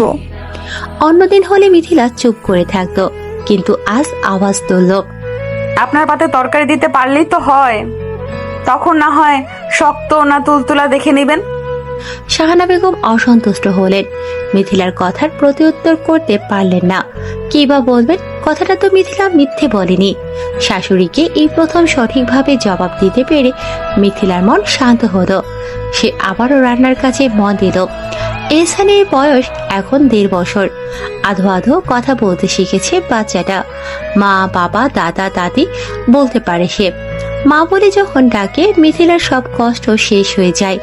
মিথিলার সময় আগের মতোই কাটছিল। শুধু একটা বিষয় মিথিলার জীবনে পরিবর্তন হয়েছিল, তা হলো শাশুড়ির টানা কথার প্রত্যুত্তরে মিথিলা 1-2 কথা বলতে শুরু করলো। আম কাঁঠালের সিজন শুরু হলো। মিথিলা এই সিজনে নিজেকে গুটিয়ে রাখে, কেননা আম তার খুব পছন্দ। অথচ এ বাড়িতে সবার খাওয়ার শেষে মিথিলা আমের ভাগ পায়। শাহানা বেগম নিজেই দা নিয়ে হিসাব করে আম কাটে। সকলে মিলে বসে সেই আম খায়। মিথিলাকে দেয় শেষে। প্লেটের তলায় পড়ে থাকা আম দেখে খেতেও ইচ্ছে করে না তার। ইমনও কোনোদিন কিছু বলে না। মিথিলার ইচ্ছে করলে বাবার বাসায় গিয়ে খেয়ে আসে। একদিন সকালে ঘুম থেকে উঠে মিথিলা দেখলো তার শাশুড়ি 7 থেকে 8 বছরের একজন মেয়েকে নিয়ে এসেছে। শাহানা বেগমের বাবার বাড়ি থেকে মেয়েকে নিয়ে আসে। মিথিলা প্রথম খুশি হয়েছিল। এহসানকে দেখাশোনা করার জন্য একজন সাথী এলো। মিথিলা ভেবেছিল মেয়েটাকে সে পড়াশোনা করিয়ে বড় করবে, ভালো একটা ছেলে দেখে বিয়ে দিয়ে দিবে। মিথিলা মেয়েটার মাথায় হাত রাখলো। মেয়েটার মাথায় ছোট ছোট চুল ছিল, গায়ে ছিল ময়লা কাপড়, দু হাতে তিনটা তিনটা করে চুড়ি দিয়ে রেখেছে। মিথিলার থেকে মেয়েটাকে নিজের কাছে নিয়ে শাহানা বেগম বলল, ওর নাম সাদিয়া, ওরে আমি একেবারে নিয়ে আসছি, আমার সব কাজও করব। তুমি আমার কিছুই ধরবা না। মিথিলা অবাক হলো, নিচু স্বরে বলল, এসব কি বলছেন আম্মা? আমি আপনার কাজ না করলে কেমনে হবে? তোমার এখন জবান যেমনে চলে, কয়েকদিন পর তোমার পা ধরে থাকতে হইব। আমি ওইসব পারবো না, তোমার উপর আমার ভরসা নাই। বুড়া বয়সে এই মাইয়াই আমারে দেখবো। মিথিলা বলল, আমি আপনার একমাত্র ছেলের বউ, মানুষ নানান কথা বলবে তো। গরম দুধ বাটিতে ঢাললেন শাহানা বেগম। 4 টুকরো পাউরুটি হাতে নিয়ে সাদিয়ার সামনে রাখলেন। সাদিয়ার উদ্দেশ্যে বললেন, পুরোটা খাবি, ঘরে বিস্কুট, সানাসুর, নিমকি কোনো কিছুরই অভাব নেই, যখন যা ইচ্ছে নিয়ে খাবি। মিথিলার প্রশ্নের উত্তর দিল না শাহানা বেগম। ঘর থেকে বের হয়ে গেলেন। পরদিন সকালবেলা মিথিলা দৈনন্দিন কাজের মতো কাজ করছে। শাহানা বেগম সকালে ঘুম থেকে ওঠেন। আজ উঠলেন বেলা করে, চোখ খুলে বিছানায় পড়ে রইলেন। মিথিলার শ্বশুর শাশুড়ি দুজনই ডায়াবেটিসের রোগী। সকালবেলা রুটি বানাতে হয় তাদের জন্য। প্রতিদিন 9টা থেকে 10টা রুটি বানায় মিথিলা। নিজের জন্য ভাত রান্না করে সে। আজও রুটি বানিয়েছে সে। ঘরে রুটি নিয়ে প্রবেশ করতেই শাহানা বেগম বলে উঠলেন, সাদিয়ার ক্ষুধা লাগছে, রুটি দাও ওরে, খেয়ে আমার সাথে খেতে যাবে। মিথিলা হাসি মুখে ডাল নিয়ে রুটি খেতে দিল। মেয়েটা খাচ্ছে। অবাক করার বিষয় হলো মেয়েটা একসাথে 3টে রুটি খেয়ে 4 নাম্বার রুটিতে হাত দিয়েছে। এত ছোট মেয়ের খাওয়ার অবস্থা দেখে কথা হারিয়ে ফেললো মিথিলা। সে বারান্দায় দাঁড়িয়ে ডাকলো, এই সাদিয়া, আর খেও না, একটু পর ভাত খেও, আসো। সাদিয়া উঠে আসলো না, উল্টো শাহানা বেগমের কাছে নালিশের সুরে বলল, অন্যান্য আমারে খেতে দেয় না। শাহানা বেগম তেতে উঠলেন, গলা উঁচু করে বললেন, এই মায়াডারে বউটা আজই বাড়ি থেকে বের করে দিব, বউটা আমার সুখ দেখতে পারে না। মিথিলা কি ভেবে নিষেধ করেছিল শাহানা বেগম কি ভাবলো? রুটি খেয়ে ফেললে তারা খেত কি? মিথিলা কিছু বলল না। নতুন মেয়ের সামনে নিজেকে খারাপ বানাতে চায় না। কথিত আছে, যার জন্য করি চুরি সেই বলে চোর। প্রায় 1 ঘন্টা পর শাহানা বেগম খেতে বসলেন। রুটি কম পেলেন। মিথিলাকে তখন ডেকে বললেন, রুটি খাইতে মন চাইলে বেশি কইরা বানাইবা, নিজে পেট ভরে খেয়ে 2টা রুটি কেমনে রাইখা দিলা। মিথিলা প্রতিবাদের সুরে উত্তর দিল, সকালে আমি ভাত খাই আম্মা, আপনি ভুলে গেলেন? রুটিতে নতুন মেয়েটা খেলো। ও আল্লাহ গো, তোমার পেটে এত হিংসা! মেয়েটাকে আনলাম একদিনই হয়নি, এখনই শুরু করছো? মিথিলা হাজার কথা বলেও শাহানা বেগমকে বিশ্বাস করাতে পারল না। নানান যুক্তি দাঁড় করিয়ে মিথিলাকে চুপ করিয়ে দিল। শাহানা বেগমের ব্যবহার দিন দিনে খারাপ হতে লাগলো। সাদিয়া ও মিথিলার সাথে উল্টাপাল্টা আচরণ করতে শুরু করলো। শাহানা বেগম যেভাবে ধমক দিয়ে কথা বলে সেভাবেই ধমক দিতে থাকলো। মিথিলা মাঝে মাঝে চুপ করে থাকে, আবার মাঝে মাঝে সাদিয়াকে 2-1টা কথা শুনিয়ে দেয়। কিছুদিন পর দুপুরবেলা মিথিলা রান্না করছিল। শাহানা বেগম আম কাঁঠাল নিয়ে বসলেন বারান্দায়। সাদিয়াকে পাশে বসালেন। বারান্দা পেরিয়েই রান্নাঘর। মিথিলা সেদিক দিয়ে আসা যাওয়া করে থাকে। এহসানকে দোলনায় শুয়ে দিয়ে রান্না করছে মিথিলা। শাহানা বেগম আম কেটে সাদিয়াকে খাওয়াচ্ছেন। মিথিলা ইতিমধ্যে 7-8 বারের মতো আসা যাওয়া করলো। শাহানা বেগম একবারের জন্য মিথিলাকে খেতে বলল না, উল্টো মিথিলাকে দেখিয়ে দেখিয়ে সাদিয়ার হাতে আম দিয়ে বললেন, আমার কোনো মেয়ে নাই, তুই আমার মেয়ে, খা, বেশি বেশি খা। মিথিলার কেন যেন খুব কষ্ট লাগলো। চোখ দিয়ে কয়েক ফোঁটা পানি পড়ল। সে বিড়বিড় করে বলল, আমাকে এত যত্ন করে কোনোদিনও খাওয়ার নাই আম্মা। আমাকে মেয়ে ভাবলে আজ আমাদের সম্পর্ক অন্যরকম থাকতো। আজকাল মিথিলা নিজের মধ্যে বেশ পরিবর্তন খেয়াল করলো। আগের মতো চোখের পানি ফেলে না সে। শাশুড়ির কটু কথাও হেসে উড়িয়ে দেয়, কেননা সে যতই কষ্ট পাবে তার শাশুড়ি ততই জ্বালাবে। এতদিনে বুঝতে পেরেছে সে, নরম তুলতুলে মেয়েদের সবাই পিষে দিতে চায়। বিয়ের এত বছর পর মিথিলা বুঝতে পারল মিথিলাদের মতো মেয়েদের জীবন এত সহজভাবে চলতে থাকবে, সেটা ভাবা বোকামি। শাহানা বেগমের আনা মেয়েটা ওনার মতোই সারাদিন মিথিলার সাথে থেকে তার দোষগুলো খুঁজে বের করবে। শাহানা বেগম বাড়িতে ফিরলে গড় গড় করে সব বলবে। শাহানা বেগম কি আর তখন বসে থাকবে? মিথিলার দু চারটে কথা শুনিয়ে শান্তি পেলে। বিকেল বেলায় মিথিলা এহসানের সাথে খেলছিল, তখন ইমন বাসায় আসলো। এই সময়ে ইমনকে দেখে বিশেষ প্রতিক্রিয়া দেখালো না সে, আগের মতোই খেলতে লাগলো। ইমন একটি চিপসের প্যাকেট ও একটি ডাল ভাজার প্যাকেট বিছানার উপর রাখলো, কিন্তু কিছু বলল না। ও বাবা বলে ছেলেকে কোলে নিয়ে কিছুক্ষণ আদর করে আবার চলেও গেল। মিথিলা ভেবেছিল ইমন কিছু বলবে, ভালো মন্দ বিচার করার বয়স তো তার হয়েছে, আর কত ধৈর্য ধরবে মিথিলা ভেবে লম্বা নিঃশ্বাস ফেলল। মিথিলার প্রতিবেশী দেবরের বিয়ে হয়েছে বছর 6 মাস হবে। মেয়েটার নাম সেলিনা, ব্যবহার তার খুবই মিষ্টি, দেখা হলে ভাবি ভাবি বলে মুখ ভরে ডাকে। মেয়েটার সাথে কথা বলে মিথিলারও ভালো লাগে। শাহানা বেগম আর চোখে দেখে শুধু কিছু বলে না, সময় হলে যে সে কিছু বলবে সেটাও জানা মিথিলার। ইমন চলে যাওয়ার পর সেলিনা আসলো। মিথিলা দাঁড়িয়ে সেলিনাকে বসে নিজেও বসে পড়ল। শুরু হলো সাংসারিক আলাপ। বিবাহিতা নারীরা 3-4 জন একত্রিত হলেই খেজুরে আলাপ শুরু করে, যার মধ্যে অধিকাংশই সংসার অথবা স্বামী শাশুড়ি জাতীয় হয়। গল্প করার এক ফাঁকে সেলিনা ইতস্তত ভাবে বলল, আপনাকে একটা প্রশ্ন করে ভাবি। মিথিলা সরল মুখে বলল, হ্যাঁ বলো। বিয়ের পর কারণ ব্যতীত কি প্রতিদিন ফরজ গোসল করতে হয়? মিথিলা থমকে গেল। একটা সময় সেও এমন পরিস্থিতির শিকার হয়েছিল। বিয়ের 1 মাস যেতে না যেতেই শাহানা বেগম সরাসরি বলেছিল, পড়ালেখা জানা মায়া হইয়াও এটা জানো না যে সকাল সকাল ফরজ গোসল করতে হয়? তোমারও তো ভেজা কাপড় একদিনও নাড়তে দেখি নাই। মিথিলা লজ্জায় নিচু স্বরে বলেছিল, আমি রাতেই গোসল করে ফেলি আম্মা। শাহানা বেগম বিশ্বাস করেনি, উল্টো বলেছিল, পাক নাপাক কি বুঝো না নাকি? খবরদার, এই নাপাক শরীরে আমার ঘরেও ঢুকবা না। কারণ ছাড়া ফরজ গোসল করার কোনো মানেই হয় না। মিথিলা এই কথাটা সেদিন বলতে পারেনি। শ্বশুর প্রতিবেশীদের সামনে যা অসম্মানিত হয়েছিল সে। ঘরে এসে খুব কেঁদেছিল। এছাড়াও স্বামী স্ত্রী মিলনের সময়টায় শাহানা বেগম দরজা আটকে রাখার কারণ জিজ্ঞেস করত, জানালা দিয়ে উকি দিয়ে কি করছে দেখার চেষ্টা করত। বলে রাখা হোক, স্বামী স্ত্রীর আপত্তিকর ও বিভ্রান্তিকর পরিস্থিতি দেখার জন্য উনি উকি দিত না, বরঞ্চ ওনার মনে ভয় হতো যদি মিথিলা 1 কথা 2 কথা ফুসলিয়ে ইমনকে নিজের বশে এনে ফেলে। শাহানা বেগম এই ভয়টাই পেত। একদিন তো সহ্যের সীমা অতিক্রম করে ফেলেছিল শাহানা বেগম। স্বামী স্ত্রীর মিলনের সময়ে এত জোরেই দরজায় পুরনো কাঠের দরজা আঘাত করে বসলো যে দরজার নব ভেঙে গেল। শাহানা বেগম দুজনকে সেই অবস্থায় দেখে কিছু না বলে চলে গেল। এলোমেলো অবস্থায় দুজনকে দেখে ফেলার কারণে মিথিলার ইচ্ছে করছিল মরে যেতে। ইমনও লজ্জায় সেদিন মূর্ছা গিয়েছিল, কিন্তু মাকে কিছুই বলল না। এখন মিথিলা ভয় পায় না, তবে একটা কাজ করে সে।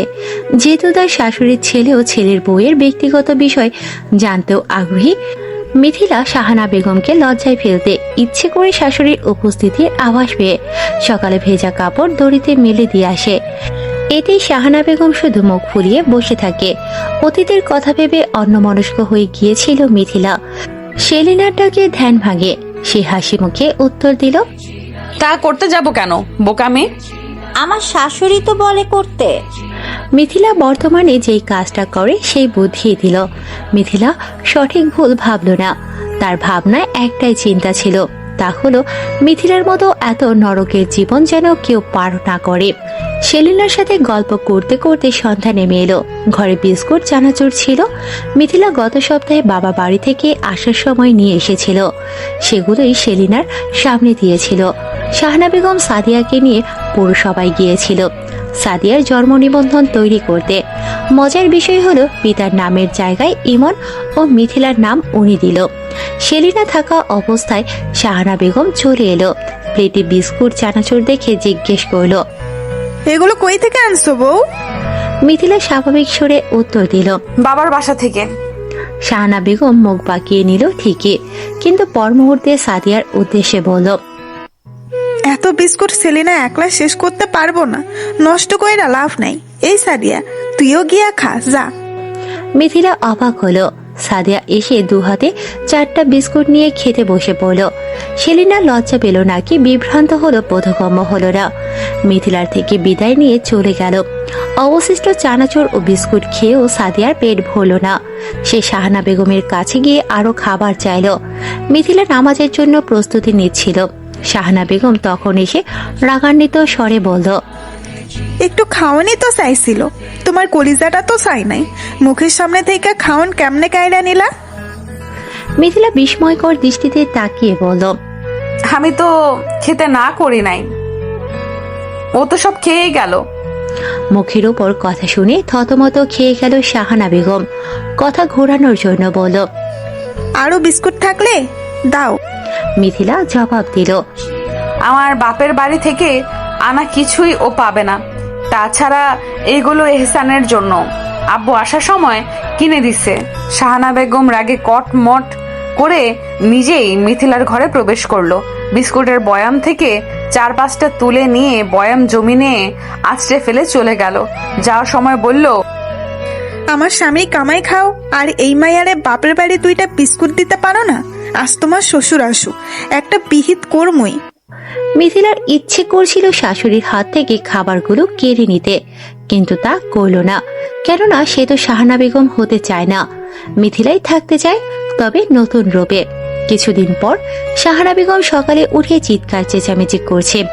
মিথিলা রান্না করছিল, সব ফেলে এসে দেখলো শাশুড়ি বলছে, ঘরের সব খাওন কে খাইয়া ফেলে? কালই তো এতগুলো বিস্কুট আনলাম চা দিয়া খাওনের লাইগা, আজ দেখি মাত্র 6টা বিস্কুট আছে। মিথিলার কেন যেন মনে হচ্ছে তার ওপর দোষ আরোপ করা হবে, তাই সে বলল, সাদিয়াকে জিজ্ঞেস করেন আম্মা, ওই দিন চিড়া ভাজা চুরি করে খাওয়ার সময় আমি দেখে ফেলেছিলাম। ওই বউ, মিসা দোষ দিবা না, এইটুকু মাইয়া রাক্ষস নাকি যে সব বিস্কুট খাইয়া ফেলবো? মিথিলা উত্তর দেওয়ার আগেই তার শ্বশুর বাড়ি ফিরে আসে। গায়ের পাঞ্জাবি খুলে পকেটে হাত দিয়ে বলতে শুরু করে, গতকাল আমার কাছে 500 টাকার একটা নোট ছিল। মাগরিবের সময় মসজিদের দান বক্সে টাকা দেওয়ার সময় ভাঙতি করছিলাম। সন্ধ্যার পর মোট 2 কাপ চা খাইছিলাম। 2টা 200 টাকার নোট, 50 টাকার নোট, আর বাকি 10 টাকা ছিল 4টা। আজ রিক্সা ভাড়া দিতে গিয়ে দেখি 200 টাকা 50 টাকার নোট আছে, কিন্তু ভাঙতি টাকাগুলো নাই। ওই মনে মা, তুমি নিছিলা টাকা? শাহানা বেগমের এমনিতেই মাথায় রাগ ছিল, উনি দিলেন মিথিলার শ্বশুরকে ধমক। রাইতে কি সিনেমা দেখবার যাইতাম যে আপনার পকেট থেকে টাকা চুরি করবা? খুঁজা দেখেন, পাইয়া যাইবেন। শ্বশুর শাশুড়ির কথোপকথনের মাঝে মিথিলা লক্ষ্য করল সাদিয়া চুপ করে এক কোণায় দাঁড়িয়ে আছে। মিথিলা যা বোঝার বুঝে গেল। সে শাহানা বেগমের ঘরে ঢুকে সাদিয়ার জিনিসপত্রে হাত দিল। এদিকে শাহানা বেগম চিল্লিয়ে যাচ্ছে, সাদিয়ার কাপড় হাতাও কেন? ও কি চুরি করছে? মায়াডারে বাড়ি আনার পর থেকে বউটা দেখতে পারে না। মিথিলা বিশেষ কিছু পেল না, তবে তার ঘরের ক্লিপ ব্রেসলেট ঠিকই পেল।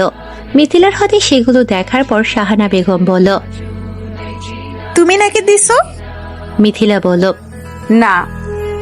ইতিমধ্যে ইমনের ঘুম ভাঙল। বাইরের শোরগোল শুনে ছেলেকে কোলে নিয়ে এসে এসব দেখে বলল, ওর স্কুল ব্যাগে দেখো গো মিথিলা। আমার 5 টাকার একটা কয়েনও জায়গা মতো নেই, ও যে নেয় আমি দেখেছি। মিথিলা তাই করলো, ব্যাগে হাত দিয়ে শ্বশুরের সব টাকা বের করলো। শাহানা বেগম ঝি বলে বেধম পিটালো সাদিয়াকে। সকলে বুঝতে পারলো সকল চুরির পেছনে ওরই হাত রয়েছে। মিথিলা শাশুড়িকে থামালো না, বরং শুনিয়ে শুনিয়ে বলল, পরের জন্য গর্ত খুলে নিজেরই সেই গর্তে পড়তে হয় মা। আপনি আমার ক্ষতি করার জন্য মেয়েটাকে বাড়িয়ে নিয়ে নিজের সম্পত্তি ধ্বংস করলেন। শাহানা বেগমের আনা মেয়েটা চলে গিয়েও গেল না। এবারের মতো ক্ষমা করে দিলেন শাহানা বেগম। মিথিলা লম্বা নিঃশ্বাস ত্যাগ করা ছাড়া কিছুই করতে পারল না। তবে মিথিলার জীবনে স্বামীর সুখ চলে আসলো। এমনটা কিভাবে যেন পাল্টে গেল।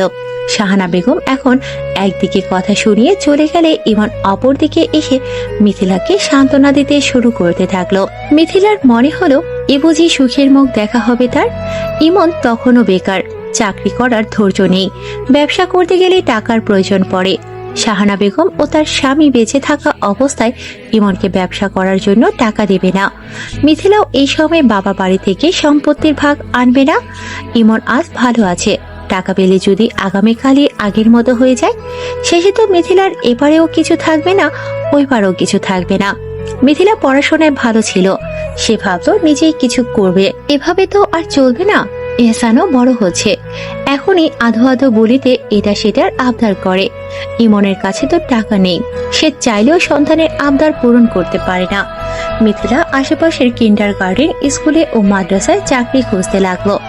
একটা সময় চাকরি পেয়ে গেল। কিন্ডারগার্টেন থেকে মাদ্রাসার চাকরি সঠিক মনে হলো।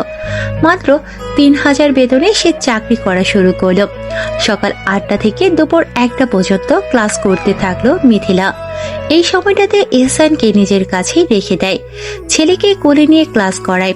মিথিলার চাকরির কথা শুনে মনে প্রশ্ন আসলো না যে শাহানা বেগম এত সহজেই মিথিলার চাকরি করা মেনে নেবে। উত্তর বলা হোক। ফজর নামাজের পর মিথিলা সারাদিনের রান্না ও সংসারের টুকটাক কাজ করে মাদ্রাসায় যায়। কাজ যেহেতু হয়ে যায়, এতে শাহানা বেগম কিছু বলার সুযোগ পায় না। মিথিলার দিনকাল এভাবেই অতিবাহিত হতে লাগলো। চাকরি করার পাশাপাশি কয়েকজন ছাত্রছাত্রী প্রাইভেট পড়াতে শুরু করলো। এতে করে মাসে 6 থেকে 7,000 টাকা চলে আসতো।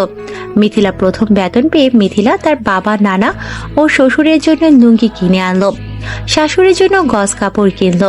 পরের মাসে সাদিয়ার জন্য গোল জামা ও এহসানের জন্য কাপড় কিনলো। মিথিলা ভেবেছিল শাহানা বেগম কাপড় পেয়ে খুশি হবেন, কিন্তু না, শাহানা বেগম মুখ ফুলিয়ে রাখলেন।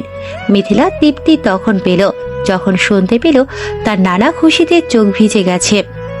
পরের দিনই নাকি ওই লুঙ্গি পরে নামাজ পড়েছে, আর মিথিলার বাবা নাকি লুঙ্গি দেখে খুব খুশি হয়েছে। মিথিলা এইটুকুতেই শান্তি পেল। ইমনের জন্য পাঞ্জাবি কিনতে চেয়েছিল মিথিলা, কিন্তু ইমন নিষেধ করে দিল। সে বলল, বিয়ের পর শখ করে হলেও তোমাকে কিছু কিনে দিতে পারিনি, এই টাকাগুলো দিয়ে তোমার শখ পূরণ করো। মিথিলার মন তবুও মানেনি। সে ভেবে নিল ইমনের প্রয়োজনীয় জিনিসটাই সে একদিন না একদিন কিনে দেবে। মিথিলার জীবন ভালোই চলছিল। শাহানা বেগম আগের মতোই নতুন করে মিথিলার পিছু লাগার কারণ খুঁজে পেল। সকালবেলা মিথিলা রান্না করে রেখে যায়, সেই খাবার নাকি উনি খেতে পারে না, তাই মিথিলাকে দুপুরের খাবার রান্না করতে নিষেধ করে দিল। কয়েকদিন শাহানা বেগম রান্না করলেও পরবর্তীতে মিথিলা দুপুরে আসলে দুনিয়ার কথা বলতে শুরু করলো। আমার বয়স হইছে, কত আর কাজ কর্ম, সারাদিন কাজ করতে করতে শরীরটা ভেঙে আসে। দুপুরে মাছ আনলে কাটন লাগে, আবার রান্নাও করণ লাগে। আমি তো কামের বেটি, বউ রাজরানীর মতো চাকরি কইরা খাইব, আর আমি কামলা দিব। মিথিলা লম্বা নিঃশ্বাস ফেলে পরদিন রান্না করে গেল, এসে দেখে সেই খাবার এভাবেই পড়ে আছে। শাহানা বেগম যেগুলো রান্না করেছেন সেগুলোই খাচ্ছে। কোনোদিন তো খাবার ফেলে দিত শাহানা বেগম। মিথিলা বুঝতে পারল তার চাকরি এত অশান্তির কারণ। একদিন তো ভাবে সে চাকরিটাই ছেড়েই দেবে।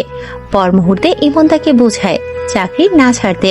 শাশুড়ি সারা জীবনে বলে আছে এবং বলবেই, তুমি চাকরি ছেড়ো না। এভাবেই সময় যেতে লাগলো। শাহানা বেগম কাগজে কলমে সাদিয়াকে নিয়ে আসলো। সাদিয়াও এ বাড়িতে সারা জীবনের জন্য থাকতে শুরু করলো। এহসানের বয়স এখন 3 বছর, কথা বলতে পারে। মিথিলা এখন আর সাথে নিয়ে যায় না, বাড়িতে রেখে যায়। মিথিলার শ্বশুরের আদেশ ছিল নাতিকে যেন বাড়িতেই রেখে যায়। মিথিলার সাংসারিক জীবনে আরেকটি তথ্য দেয়া হয়নি। এহসানের জন্মের আগে ও পরে কখনো মিথিলাকে বাবার বাড়ি একদিনের বেশি থাকতে দেয়নি। এহসান হওয়ার আগের কারণ হলো ছেলের বউ থাকতেও শাহানা বেগম কাজ করতে পারবে না। এমনও হয়েছে আগের দিন মিথিলা বাবার বাসায় গেলে পরদিনই শাহানা বেগম অসুস্থ হয়ে পড়তো। কখনো মাথা ঘোরাচ্ছে বলে বিছানায় পড়ে থাকতো, আবার কখনো শরীর ব্যথার কথা বলে বসে থাকতো। এহসান হওয়ার পর মিথিলার বাবা বাড়ি নিয়ে কারণ দাঁড়ালো মিথিলার শ্বশুর শাশুড়ির মনে হলো বাবার বাড়ি গেলেই তাদের নাতনি নানা নানির পাগল হয়ে যাবে, দাদা দাদিকে কম চিনবে। মিথিলা কত বোঝালো নানা নানির ভালোবাসাই আলাদা, বাবা বাড়ির সারা জীবন পড়ে থাকলেও রক্ত রক্তকেই চিনবে, কিন্তু তারা মানেনি। মিথিলা আগের দিন বিকেলে গেলে পরের দিন বিকেলে চলে আসে। এখন তো মিথিলা চাকরি করে, এখন চাইলেও বাবা বাড়ি যেতে পারবে না। মিথিলার শ্বশুর বাড়ির এলাকা নিচু এলাকা। বর্ষাকালে বাড়ির চারিপাশের ডোবাগুলো ভরে যায়, কিন্তু বাড়ি পর্যন্ত পানি আসতে পারে না। এবারের বর্ষাকাল মিথিলার জন্য কাল হয়ে এলো। টানা 3 দিন ধরে বৃষ্টি হলো। বাড়ির চারিপাশের ডোবাগুলো ভরে গেল। চতুর্থ দিনের মাথায় বাড়িতেও পানি উঠল। শুধু মৃদুলার শ্বশুর বাড়িতে নয়, পুরো এলাকা পানিতে ডুবে গেল। সকালে ঘুম থেকে উঠে দ্বার খুলতে একটি বড় ঢেউ এসে শাহানা বেগমকে ফেলে দিল। ও মা গো বলে যখন আত্মচিৎকার করলো, মিথিলার ঘুম তখন ভাঙলো। দরজা খুলে পানি দেখে দিশেহারা হয়ে গেল মিথিলা। এহসানকে কোলে তুলে কান্না করতে থাকলো। এদিকে কয়েক মিনিটের মধ্যে হাঁটু সমান পানি উঠে গেল। সারা এলাকায় হাহাকার অবস্থা। এমন পানি কেউ কখনো দেখেনি। বাড়ি ছেড়ে তো চলে যাওয়া সম্ভব না। মিথিলা ভেবে নিল এহসানকে তার বাবার বাসায় রেখে আসবে। মিথিলার বাবার বাড়ি 3 তলা বিশিষ্ট, সেখানে পানি ওঠার সম্ভাবনা নেই। যেমন ভাবনা তেমন কাজই করলো মিথিলা। ছেলেকে ইমনের কাঁধে চড়িয়ে বলল, আমাদের জান আপনার কাছে দিয়ে দিলাম, ওকে সাবধানে দিয়ে আসেন। ইমন চলে যাওয়ার সময় বলল, আব্বা আমারে দেখে রাখো, অবস্থা খারাপ হইলে ওনাদেরও রাইখা আসমো। ইমন চলে যেতেই মিথিলা কাজে নেমে পড়ল। ওয়ার্ড্রবের সকল কাপড় বস্তায় ভরে উঁচু জায়গায় রাখলো। রিফ্রিজারের নিচে টি টেবিল সেট করে দিল। শাহানা বেগম মাথায় হাত রেখে আহাজারি করে যাচ্ছেন। উনি সাদিয়ার কথা চিন্তা করছেন। এ পানিতে মেয়েটার কি হবে? মিথিলা একবার বলতে চেয়েছিল এহসানের সাথে চলে যেতে। পর মুহূর্তে সাদিয়ার স্বভাবের কথা মনে পড়ল। শ্বশুর বাড়িতে ইমনেরও একটা সম্মান আছে। সাদিয়া কিছু চুরি করলে ইমনেরই সম্মানে কমবে। শাহানা বেগম সাদিয়াকে তার মায়ের কাছে রেখে আসলো। বলা বাহুল্য, সাদিয়ার মা আছে কিন্তু বাবা নেই। দুবেলা অনাহারেও একবেলা খেয়ে মহিলা পড়ে থাকে। মেয়ের মুখে এক মুঠো ভাত তুলে দেওয়ার সামর্থ্য নেই। শাহানা বেগম মেয়েটার কষ্ট দেখে নিজের সাথে নিয়ে আসলো। সাদিয়ার বাবাকে নিয়ে কখনো প্রশ্ন করলে সাদিয়ার মা একবার উত্তর দিল সাদিয়ার বাবা বেঁচে নেই। আরেকবার উত্তর দিল সাদিয়ার বাবা নাকি 3 মাসের পেটে রেখে চলে গেছে। মিথিলা একটা কথাও বিশ্বাস করল না। সাদিয়ার মা মাঝে মাঝে বাড়িতে আসে। মেয়েকে দেখতে আসার বাহানায় এক থালি ভাত খায়। খাওয়া নিয়ে মিথিলার সমস্যা নেই। মহিলাটা খাওয়ার পর ভদ্রতার খাতিরে প্লেট বাটিও গুছিয়ে রাখে না, এমনকি মেয়েকেও গোছাতে বলে না। মিথিলা এসে প্লেট বাটি পরিষ্কার করে। সাদিয়ার মা তখন বলতো, সাদিয়া, এখন আপনার মেয়ে, কাপড় চোপড় পরিয়ে বোতলের মতো সাজিয়ে রাখবেন, ঠিক আপনার ছেলের মতো। ভাবি, আপনার কি কষ্ট হচ্ছে? মিথিলা ভদ্রতার খাতিরে না বলতো, কিন্তু পরের বার থেকে সাবধান হয়ে গেল। সাদিয়ার মা বাড়িতে আসলে কাজের বাহানায় ব্যস্ত থাকতো। শাহানা বেগম সাদিয়াকে মায়ের কাছে রেখে আসলো। পানি তখন কোমর সমেত। ইমন এহসানকে রেখে চলে আসলো। মিথিলা দেখে তখন বলল, তুমি আসতে গেলে কেন? ইমন উত্তর দিল, বউকে ফেলে নিজে আরাম করার মতো কাপুরুষতা ছেড়ে দিয়েছি। বাঁচলে একসাথেই বাঁচবো, মরলে একসাথে। মিথিলা কিছু বলল না। ইমন ভালো হয়ে গেলেই ভালো। বিকেল পর্যন্ত পানি নেমে যাওয়ার কোনো নাম নিল না, এমনকি বাড়লও না। এহসান এখনো ছোট, মিথিলাকে ছাড়া এক রাত্রিও থাকতে পারে না। ইমন সিদ্ধান্ত নিল মিথিলাকে বাবার বাড়ি পাঠিয়ে দেবে। মিথিলা শুনে না করলো, কিন্তু ইমন মানল না। মিথিলাকে জোর করে পাঠিয়ে দিল। মিথিলা রাত কিভাবে পার করলো সেই জানে। পানি ওঠার কারণে রান্না বন্ধ। 3 জন মানুষ অনাহারে আছে। সকাল হতে মিথিলা রান্না করে শ্বশুর বাড়ির উদ্দেশ্যে রওনা দিল। ঘরে শুকনো খাবার ছিল। মিথিলার শ্বশুর ও শাশুড়ির ডায়াবেটিস আছে। শুকনো খাবার খেয়ে তারা দুর্বল হয়ে পড়ল। মিথিলা পৌঁছালো সকাল 8টায়। পানি দিয়ে আসতে সময় নিল 1 ঘন্টা। বাড়িতে এসে 3 জনকে খাবার পরিবেশন করে আবারও বাবার বাড়ি চলে আসলো। পানি থাকলো পুরো 1 সপ্তাহ। মিথিলা এই কয়েকদিন সকালে শ্বশুর বাড়ি আসতো আর বিকেলে ছেলের জন্য চলে যেত। পানি পুরোপুরি নেমে যাওয়ার পর ঘর বাড়ি পরিষ্কার করতে থাকলো নিজেই। এর মধ্যে সাদিয়ার মা মেয়েকে নিয়ে আসলো। শাহানা বেগম ভেবেছিল সাদিয়ার মা কাজকর্মে সাহায্য করবে, কিন্তু তার ভাবনা ভুল প্রমাণ করে 10 মিনিটের মধ্যেই চলে গেল। এবারে কিছু খেলো না।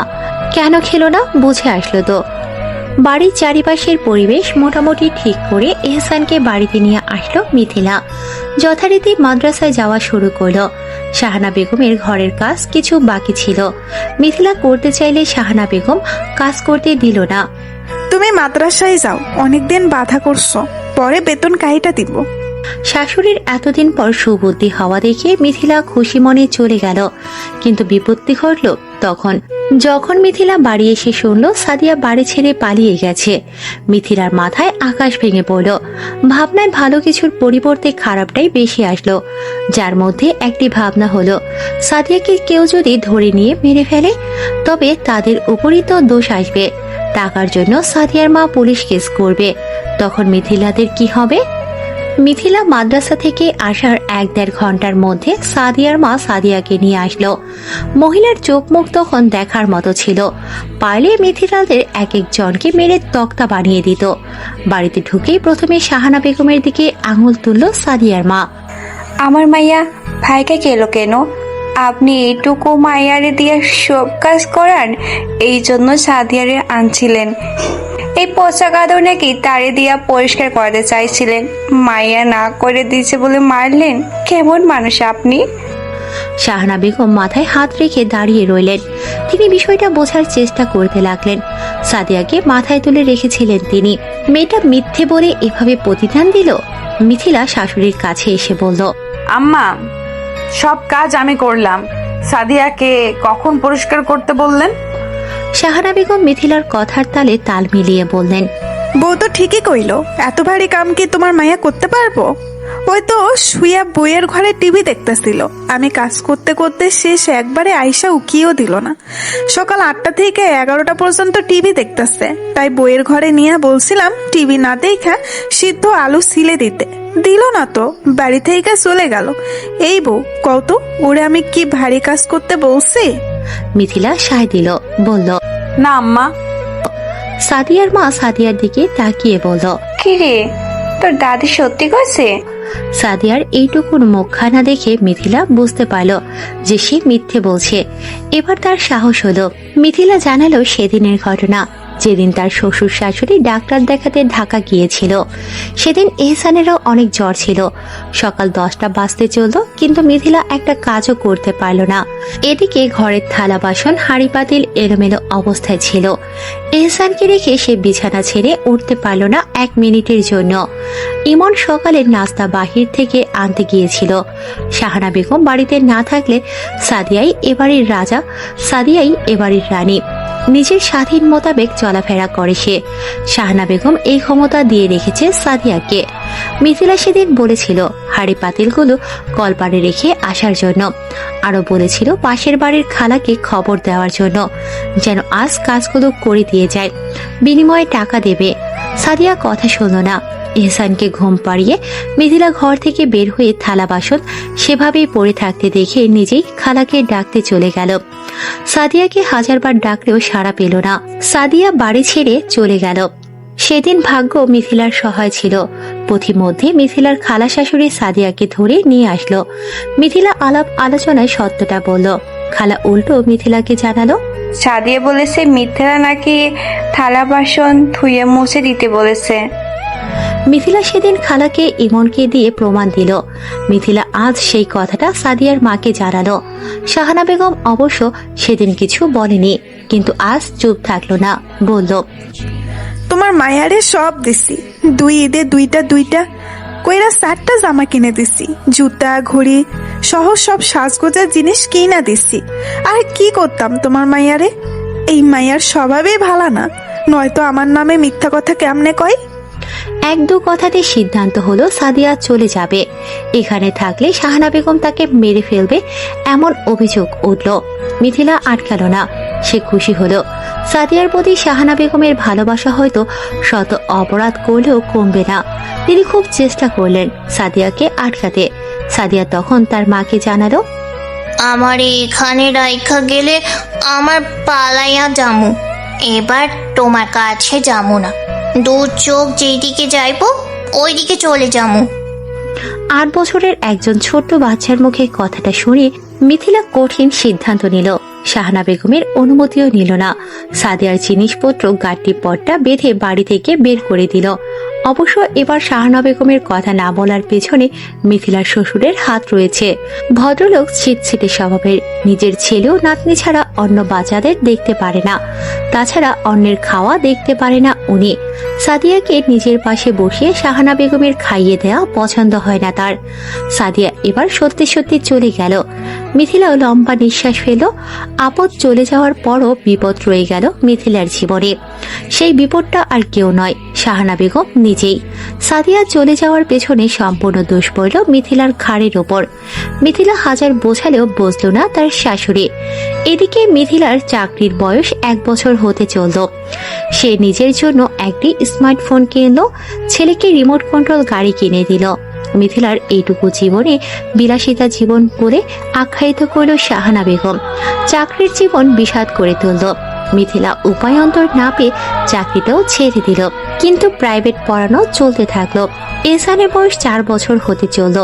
মিথিলা ঘরে বসে ছেলেকে যতটুকু সময় পেল পড়াশোনা শেখাতে শুরু করলো। আজকাল শাহানা বেগমের কথার ধার ধারে না মিথিলা। ইমনও ফুল সাপোর্ট করে তাকে। সে এখন একটি গার্মেন্টসে চাকরি করে। মিথিলার জীবন সুখ আর সুখ। একদিন দুপুরবেলা শাহানা বেগম মিথিলাকে ডাকলেন। ওনার হাতে 1000 টাকার বান্ডিল। মিথিলা কখনো শ্বশুর বাড়িতে এসে এত টাকা একসাথে দেখেনি, দেখবে বা কিভাবে। মিথিলার শ্বশুর অল্প টাকা গোনার সময় ভুল করে মিথিলা ঘরে ঢুকে গেলে পেছনে ফিরে যায়, নয়তো টাকা লুকিয়ে ফেলে। মিথিলা তাই টাকার কথা উঠলে দূরে দূরে থাকে। শাহানা বেগম মিথিলাকে বান্ডিল ধরিয়ে দিয়ে বলল, বউ 12,000 টাকা আলাদা করো তো। মিথিলা জানতে চাইল কেন, কিন্তু শাহানা বেগম উত্তর দিল না। বিকেলে কোনো কিছু না বলে শাহানা বেগম ওনার বাবার বাড়ি চলে গেল। মিথিলা শাহানা বেগমের এহেন কাজে অভ্যস্ত। কাউকে কিছু না বলে যেখানে ইচ্ছে সেখানেই চলে যায়। এভাবে মিথিলার জীবন চলতে লাগলো। কিছুদিন পর মিথিলা বেশ অসুস্থ হয়ে পড়ল। শরীর জ্বালা পোড়া, বমি বমি ভাব, মাথা যন্ত্রণা ইত্যাদি সমস্যা দেখা দিতে শুরু করলো। মিথিলা ভেবেছিল সে দ্বিতীয়বারের জন্য হয়তো মা হবে, কিন্তু না। অল্প কয়েকদিনের মধ্যে মিথিলা বিছানায় পড়ে গেল। ডাক্তার দেখিয়েও তার সমস্যার সমাধান হলো না।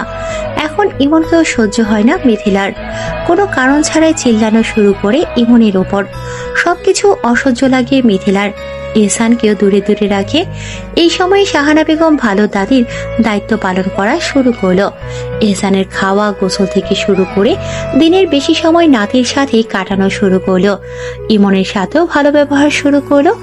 যেমন মাসের খরচ থেকে এক্সট্রা টাকা দিতে থাকলো ছেলেকে। ছেলের পছন্দের খাবার রান্না করে সামনে বসিয়ে খাওয়ানো। মিথিলার এখন এসব দেখার সময় হয় না, তার কিছুই ভালো লাগে না। মিথিলার অসুস্থতার জন্য তাকে বাবা বাড়ি নিয়ে আসলো ইমন। শাহানা বেগম এহসানকে নিজের কাছেই রেখে দিল। ইমনকে যাওয়ার সময় বলল, বউয়ের অসুখ, নিজেকে সামলাতে পারে না, ছেলেকে সামলাইবো কেমনে? তুই বরং বউরে রেখে চলে আয়, দাদা ভাইকে আমি একা সামলাতে পারবো না। মিথিলার নিষেধ করারও শক্তি রইল না। এহসানকে রেখে বাবার বাড়ি চলে গেল।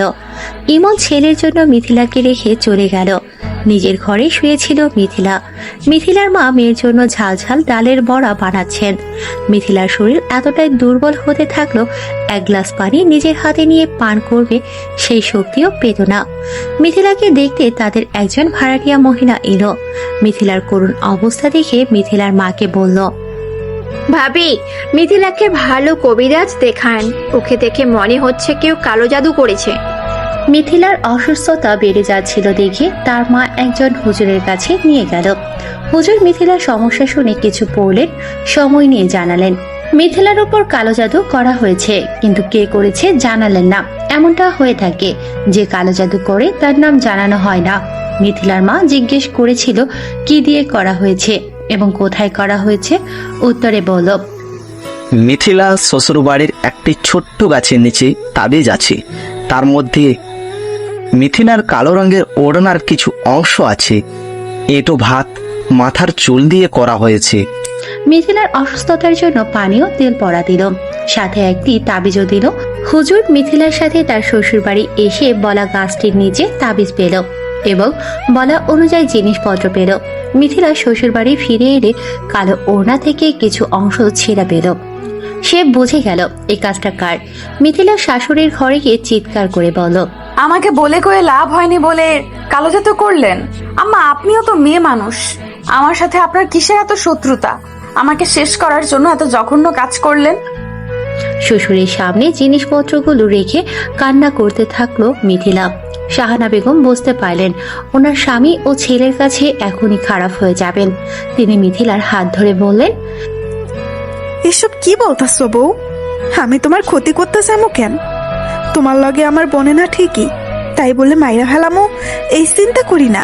মিথিলার শ্বশুর গম্ভীর কণ্ঠে বোঝালো, যা হয়েছে খুব খারাপ হয়েছে। আমার বংশের বাতি যে দিচ্ছে তার ক্ষতি আমি চাই না। বউ আমার, ছেলের বউ আমাদের, দুজনে মিলেমিশে থাকতে না পারলে আলাদা করে দিব। শাহানা বেগম আলাদার কথা শুনে বুকে চাপড় দিতে দিতে আহাজারি করতে থাকলো। আমার একটা মাত্র ছেলে, আলাদা হওয়ার থেকে মরণই ভালা। শাশুড়ির নাটক দেখে ইমন মিথিলার কিছু বলার বাকি রইল না। তবে এই বিষয়ের উপর বিচার বসবে এই প্রত্যাশা দিল মিথিলার শ্বশুর। মিথিলার 1 বছরের চাকরি শেষ হতে আরো 1 মাস বাকি আছে। বিয়ের পর হানিমুন দূরের কথা, দূরপাল্লার ভ্রমণের সুযোগ হয়নি তাদের।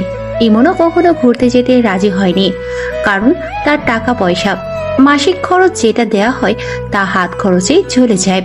এবার ইমন সেখান থেকে 3 মাসে অল্প অল্প টাকা জমালো। মিথিলাও একই কাজ করলো। বিগত 3 মাসের 1 টাকাও খরচ করলো না। দুজনের টাকা মিলিয়ে মোটামুটি অ্যামাউন্ট আসলো। তা দিয়ে কক্সবাজার যাওয়ার পরিকল্পনা করলো। শাহানা বেগমের আচরণ ভালো হবার নয়। মিথিলা যোগ্য জবাব দিয়ে দেয় বলে এখন মুখে কিছু বলে না, তবে সুযোগ পেলে কাজ করে দেখায়। কক্সবাজার যাওয়ার কথা শোনার পর থেকেই মুখ ফুরিয়ে রেখেছেন শাহানা বেগম। আর 1 সপ্তাহ পর তারা কক্সবাজার যাবে। এমন টিকিট কেটে এনে যখন মিথিলাকে দেখালো, তখন মিথিলার মনে হলো আরো কিছু পয়সা হলে ভালোভাবে ঘোরা সম্ভব হবে। শ্বশুর বাড়ি থেকে টাকা দেবে তা ভাবাও বোকামি। মিথিলা ভাবলো তার মায়ের কাছ থেকে কিছু টাকা নিয়ে আসবে, কিন্তু শাহানা বেগমকে জানালে উনি কখনো যেতে দেবে না। তাই সে বুদ্ধি বের করলো। মিথিলা তার মাকে ফোন করে বলল যেন তার শাশুড়ির কাছ থেকে বাবা বাড়ি যাওয়ার জন্য দেয়া হয়। মিথিলার মা ফোন করলো ঠিকই, কিন্তু ভুল সময়ে। শাহানা বেগম তখন গোসল করছিল। মিথিলার শ্বশুর ফোন রিসিভ করলো। মিথিলার মা মেয়েকে 1 দিনের জন্য বাড়ি যেন আসতে দেয় তার অনুমতি চাইলো। মিথিলার সামনে তার শ্বশুর বলল, আচ্ছা বিকালে যাবে না? অনুমতি পেয়ে মিথিলা সময় নষ্ট করলো না। এহসানের কিছু কাপড় গুছিয়ে নিল। 3টার মধ্যে মিথিলার মেঝো বোন নিতে চলে আসলো। ইমন শ্বশুর বাড়িতে যায় না, লজ্জায় নাকি অস্বস্তিতে তা সেই জানে। ইমনের সাথে আলোচনা করে মিথিলা বাবা বাড়ি যাওয়ার সিদ্ধান্ত নিয়েছে। শাহানা বেগম দুপুরের খাবার খেয়ে মিথিলার মেঝো বোনকে বসে থাকতে দেখে প্রশ্ন করলো, ও আসছে কেন? আমাকে নিয়ে যেতে। আব্বাকে তো মা ফোন করে বলেছিল। শাহানা বেগমের 4 দিন হলো ঠান্ডা লেগেছে।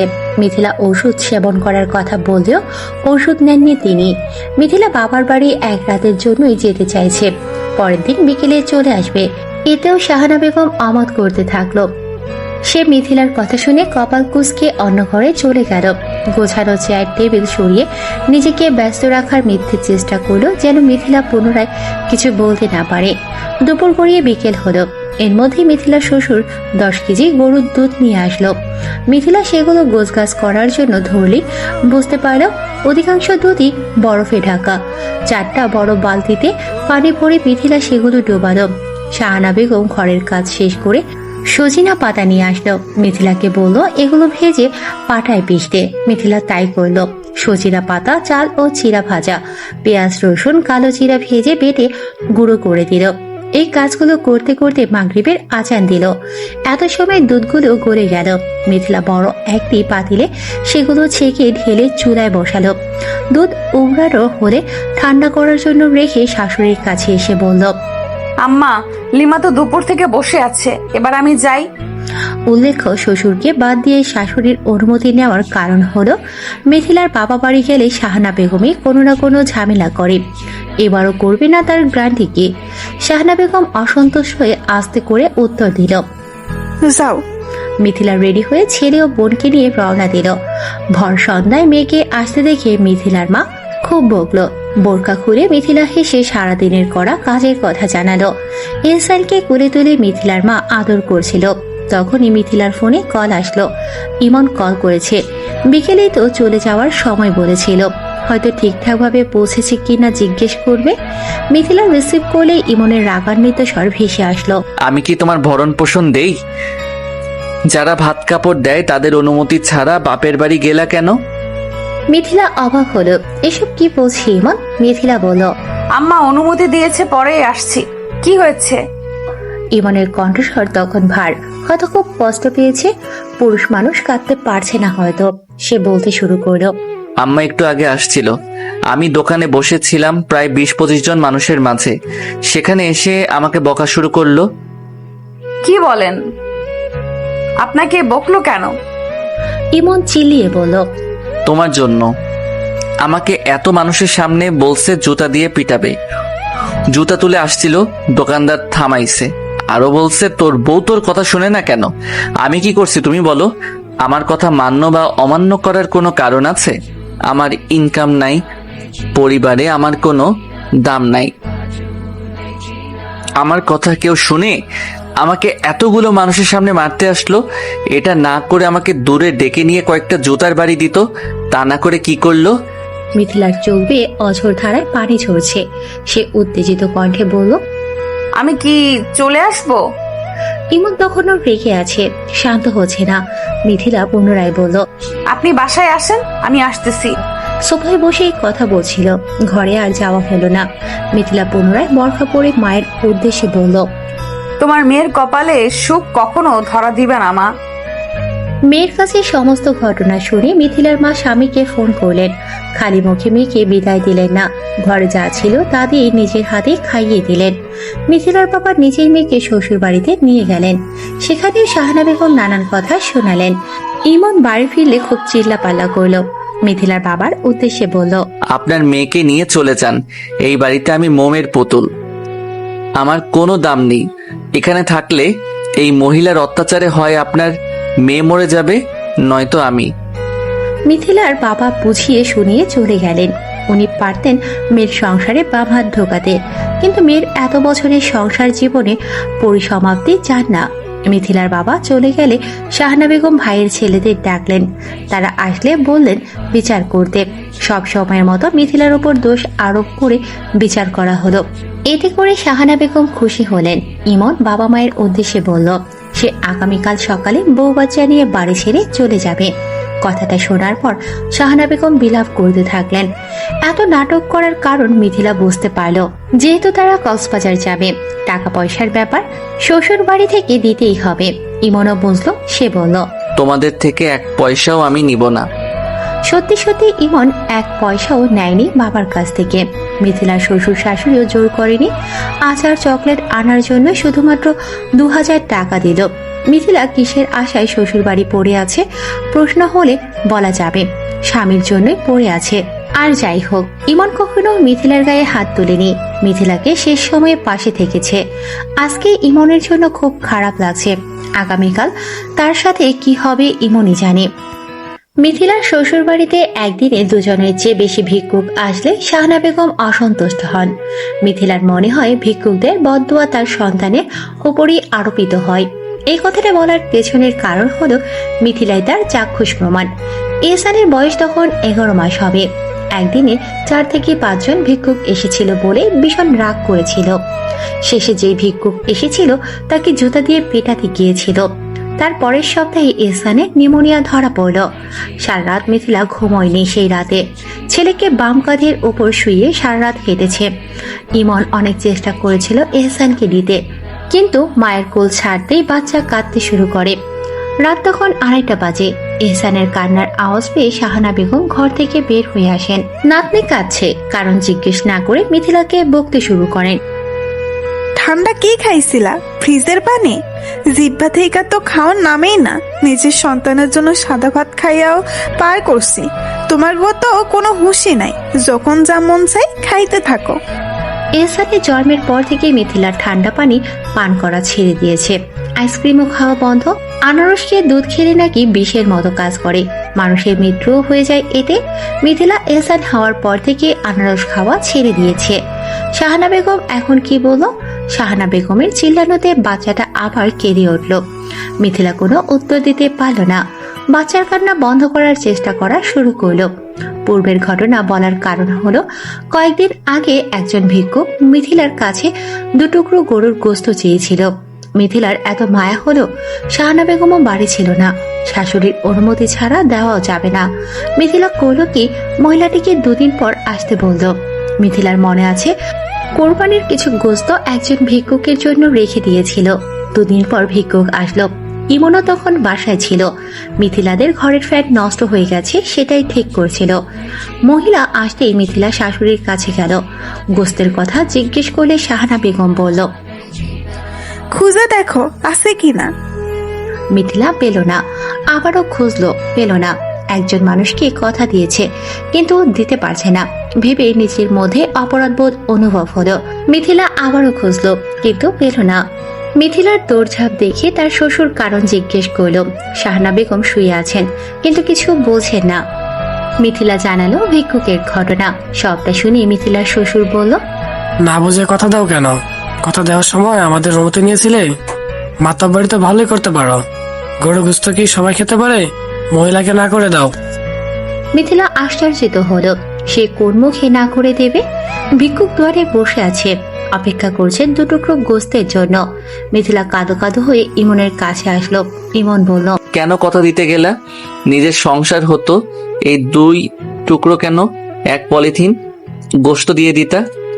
কি যে বোকামি করো, সেদে সেদে মানুষের বদদোয়া নাও। মিথিলার এবার সত্যি সত্যি কান্না এলো। মিথিলার শ্বশুর মহিলাটিকে তাড়িয়ে দিল। মহিলাটি সেদিন হাউমাউ করে কেঁদে আল্লাহর কাছে বিচার দিয়েছিল। কি জানি সেই দোয়া কবুল হয়েছে কিনা। কয়েকদিন যাবৎ শাহানা বেগমের কোনো নড়চড় নেই। কথা বললেও আস্তে আস্তে কথা বলে। সারাক্ষণই ঘরের কোনায় শুয়ে থাকে। মিথিলাকেও কিছু বলে না। মিথিলা চাকরি ছেড়ে দিয়েছে কয়েকদিনই হলো। ছেলের ভবিষ্যতের কথা বিবেচনা করে চাকরি ছেড়ে দিয়েছে, কিন্তু প্রাইভেট ছাড়েনি। 5-6 জনের মতো এখনো তার কাছে পড়ে। শাশুড়ির কথাবার্তা কম বলা মিথিলার কাছে ভালো ঠেকছে না। সকালে ঘুম থেকে উঠে মিথিলার কাজ হলো সারাদিন সে কি রান্না করবে সেগুলো জিজ্ঞেস করে নেওয়া। আজও তাই করল।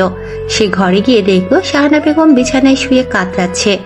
মিথিলা গা ছুঁয়ে তাপমাত্রা দেখলো, স্বাভাবিকের তুলনায় একটু বেশি তাপমাত্রা। আস্তে করে ডাকলো, আম্মা কি হয়েছে? শাহানা বেগম কুকড়ে বললেন, মরে গেলাম গো বউ। ঘরের বাতি জ্বালিয়ে শাহানা বেগমকে ধরে বসালো মিথিলা। জিজ্ঞেস করলো, আম্মা কি হয়েছে? কোথায় খারাপ লাগছে? শাহানা বেগম কেঁদে বলল, স্থলের নিচে বিস্ফোরা হয়েছে, কি ব্যথা, নড়তেও পারি না। ও মা গো। মিথিলা দেখলো সত্যি বিস্ফোরা হয়েছে, ডাক্তার দেখাতে হবে। মিথিলার শ্বশুর বাইরে ছিল। শাহানা বেগমকে শুইয়ে দিয়ে ইমনের কাছে এসে বলল, আম্মার তো অনেক খারাপ অবস্থা, কি করবেন? আমাকে বলছো কেন? আমি কি কামাই করি? কথাটা ভুল নয়, টাকা দেওয়ার মালিক মিথিলার শ্বশুর। তারা শুধু রোগীকে কাঁধে তুলে ডাক্তারের কাছে নিয়ে যেতে পারবে। মিথিলার শ্বশুরকে জানানো হলে তিনি শাহানা বেগমের কাছে এসে বললেন, চলো ডাক্তারের কাছে নিয়ে যাই।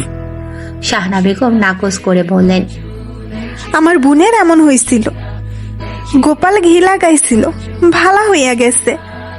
আমাকে গোপাল ঘি আইনা দেন। ডাক্তার দেখাই, এসব গোপাল ঘিটি দিয়ে কিছু হবে না। শাহানা বেগম শুনলেন না।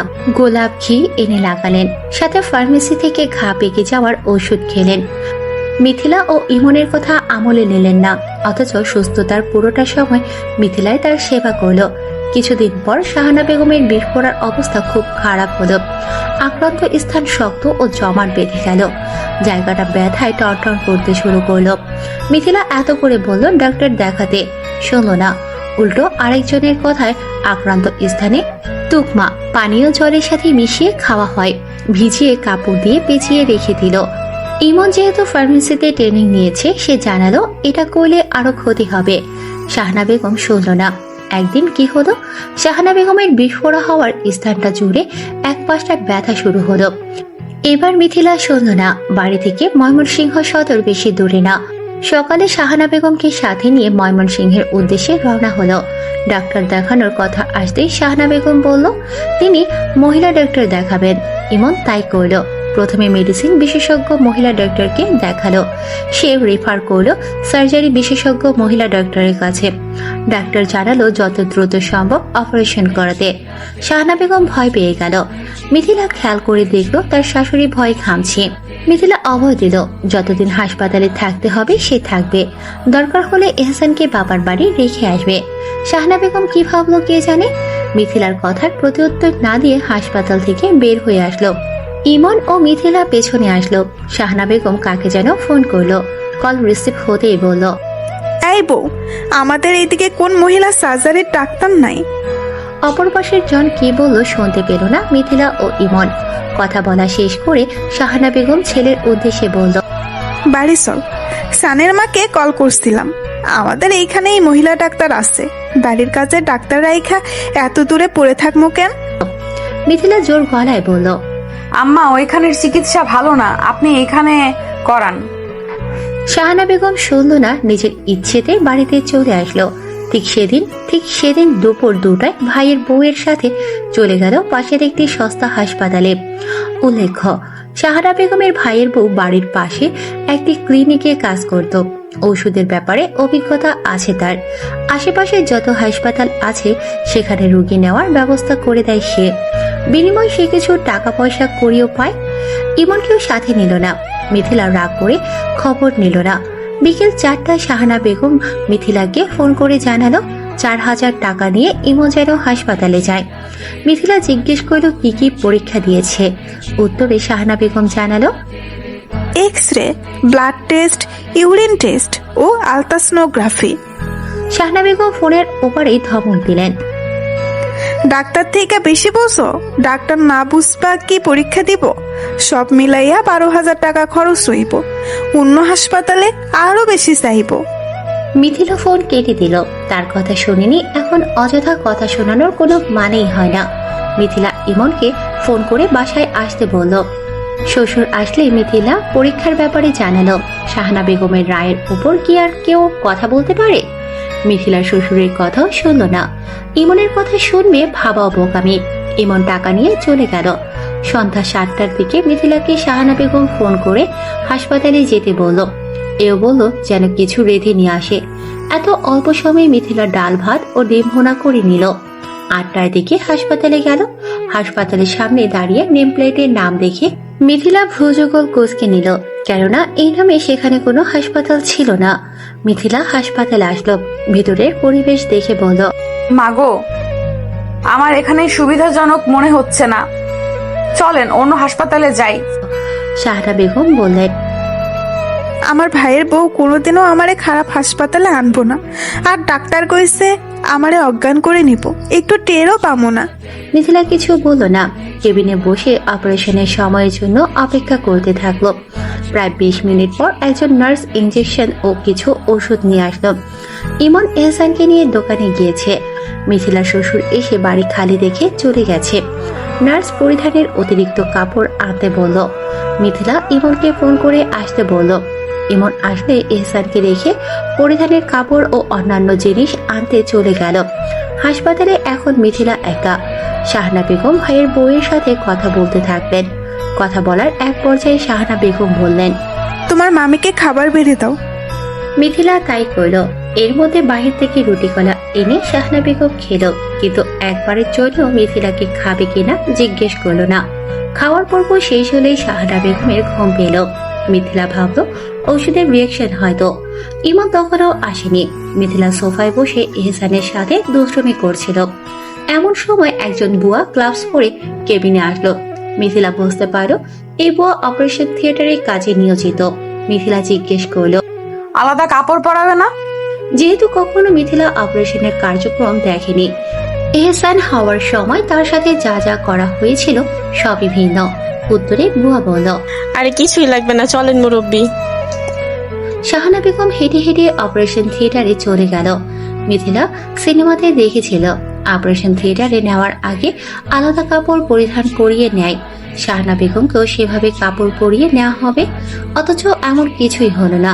3 তলায় অপারেশন থিয়েটার, গেটের পাশেই রিসেপশন, তারপর 2 গলির পর অপারেশন থিয়েটারের ঘর।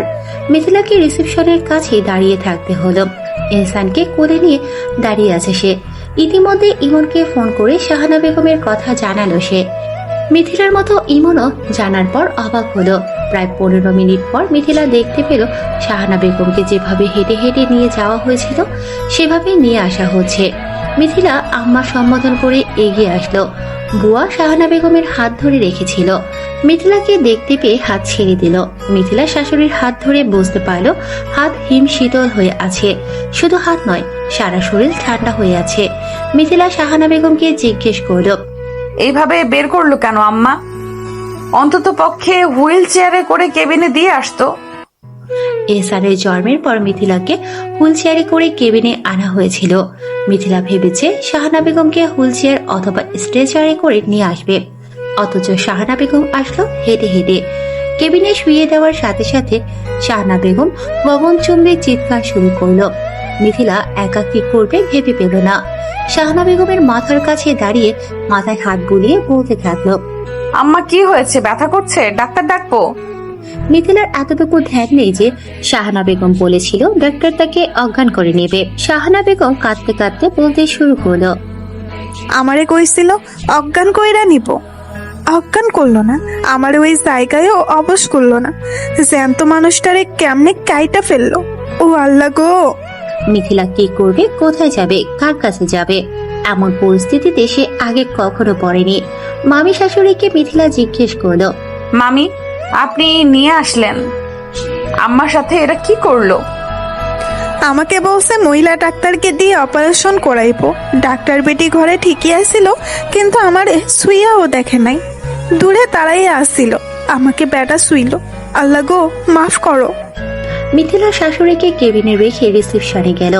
নার্সকে কারণ জিজ্ঞেস করলে কিছুই বলতে পারল না। এবার মিথিলা তার মামি শাশুড়ির কাছে গেল।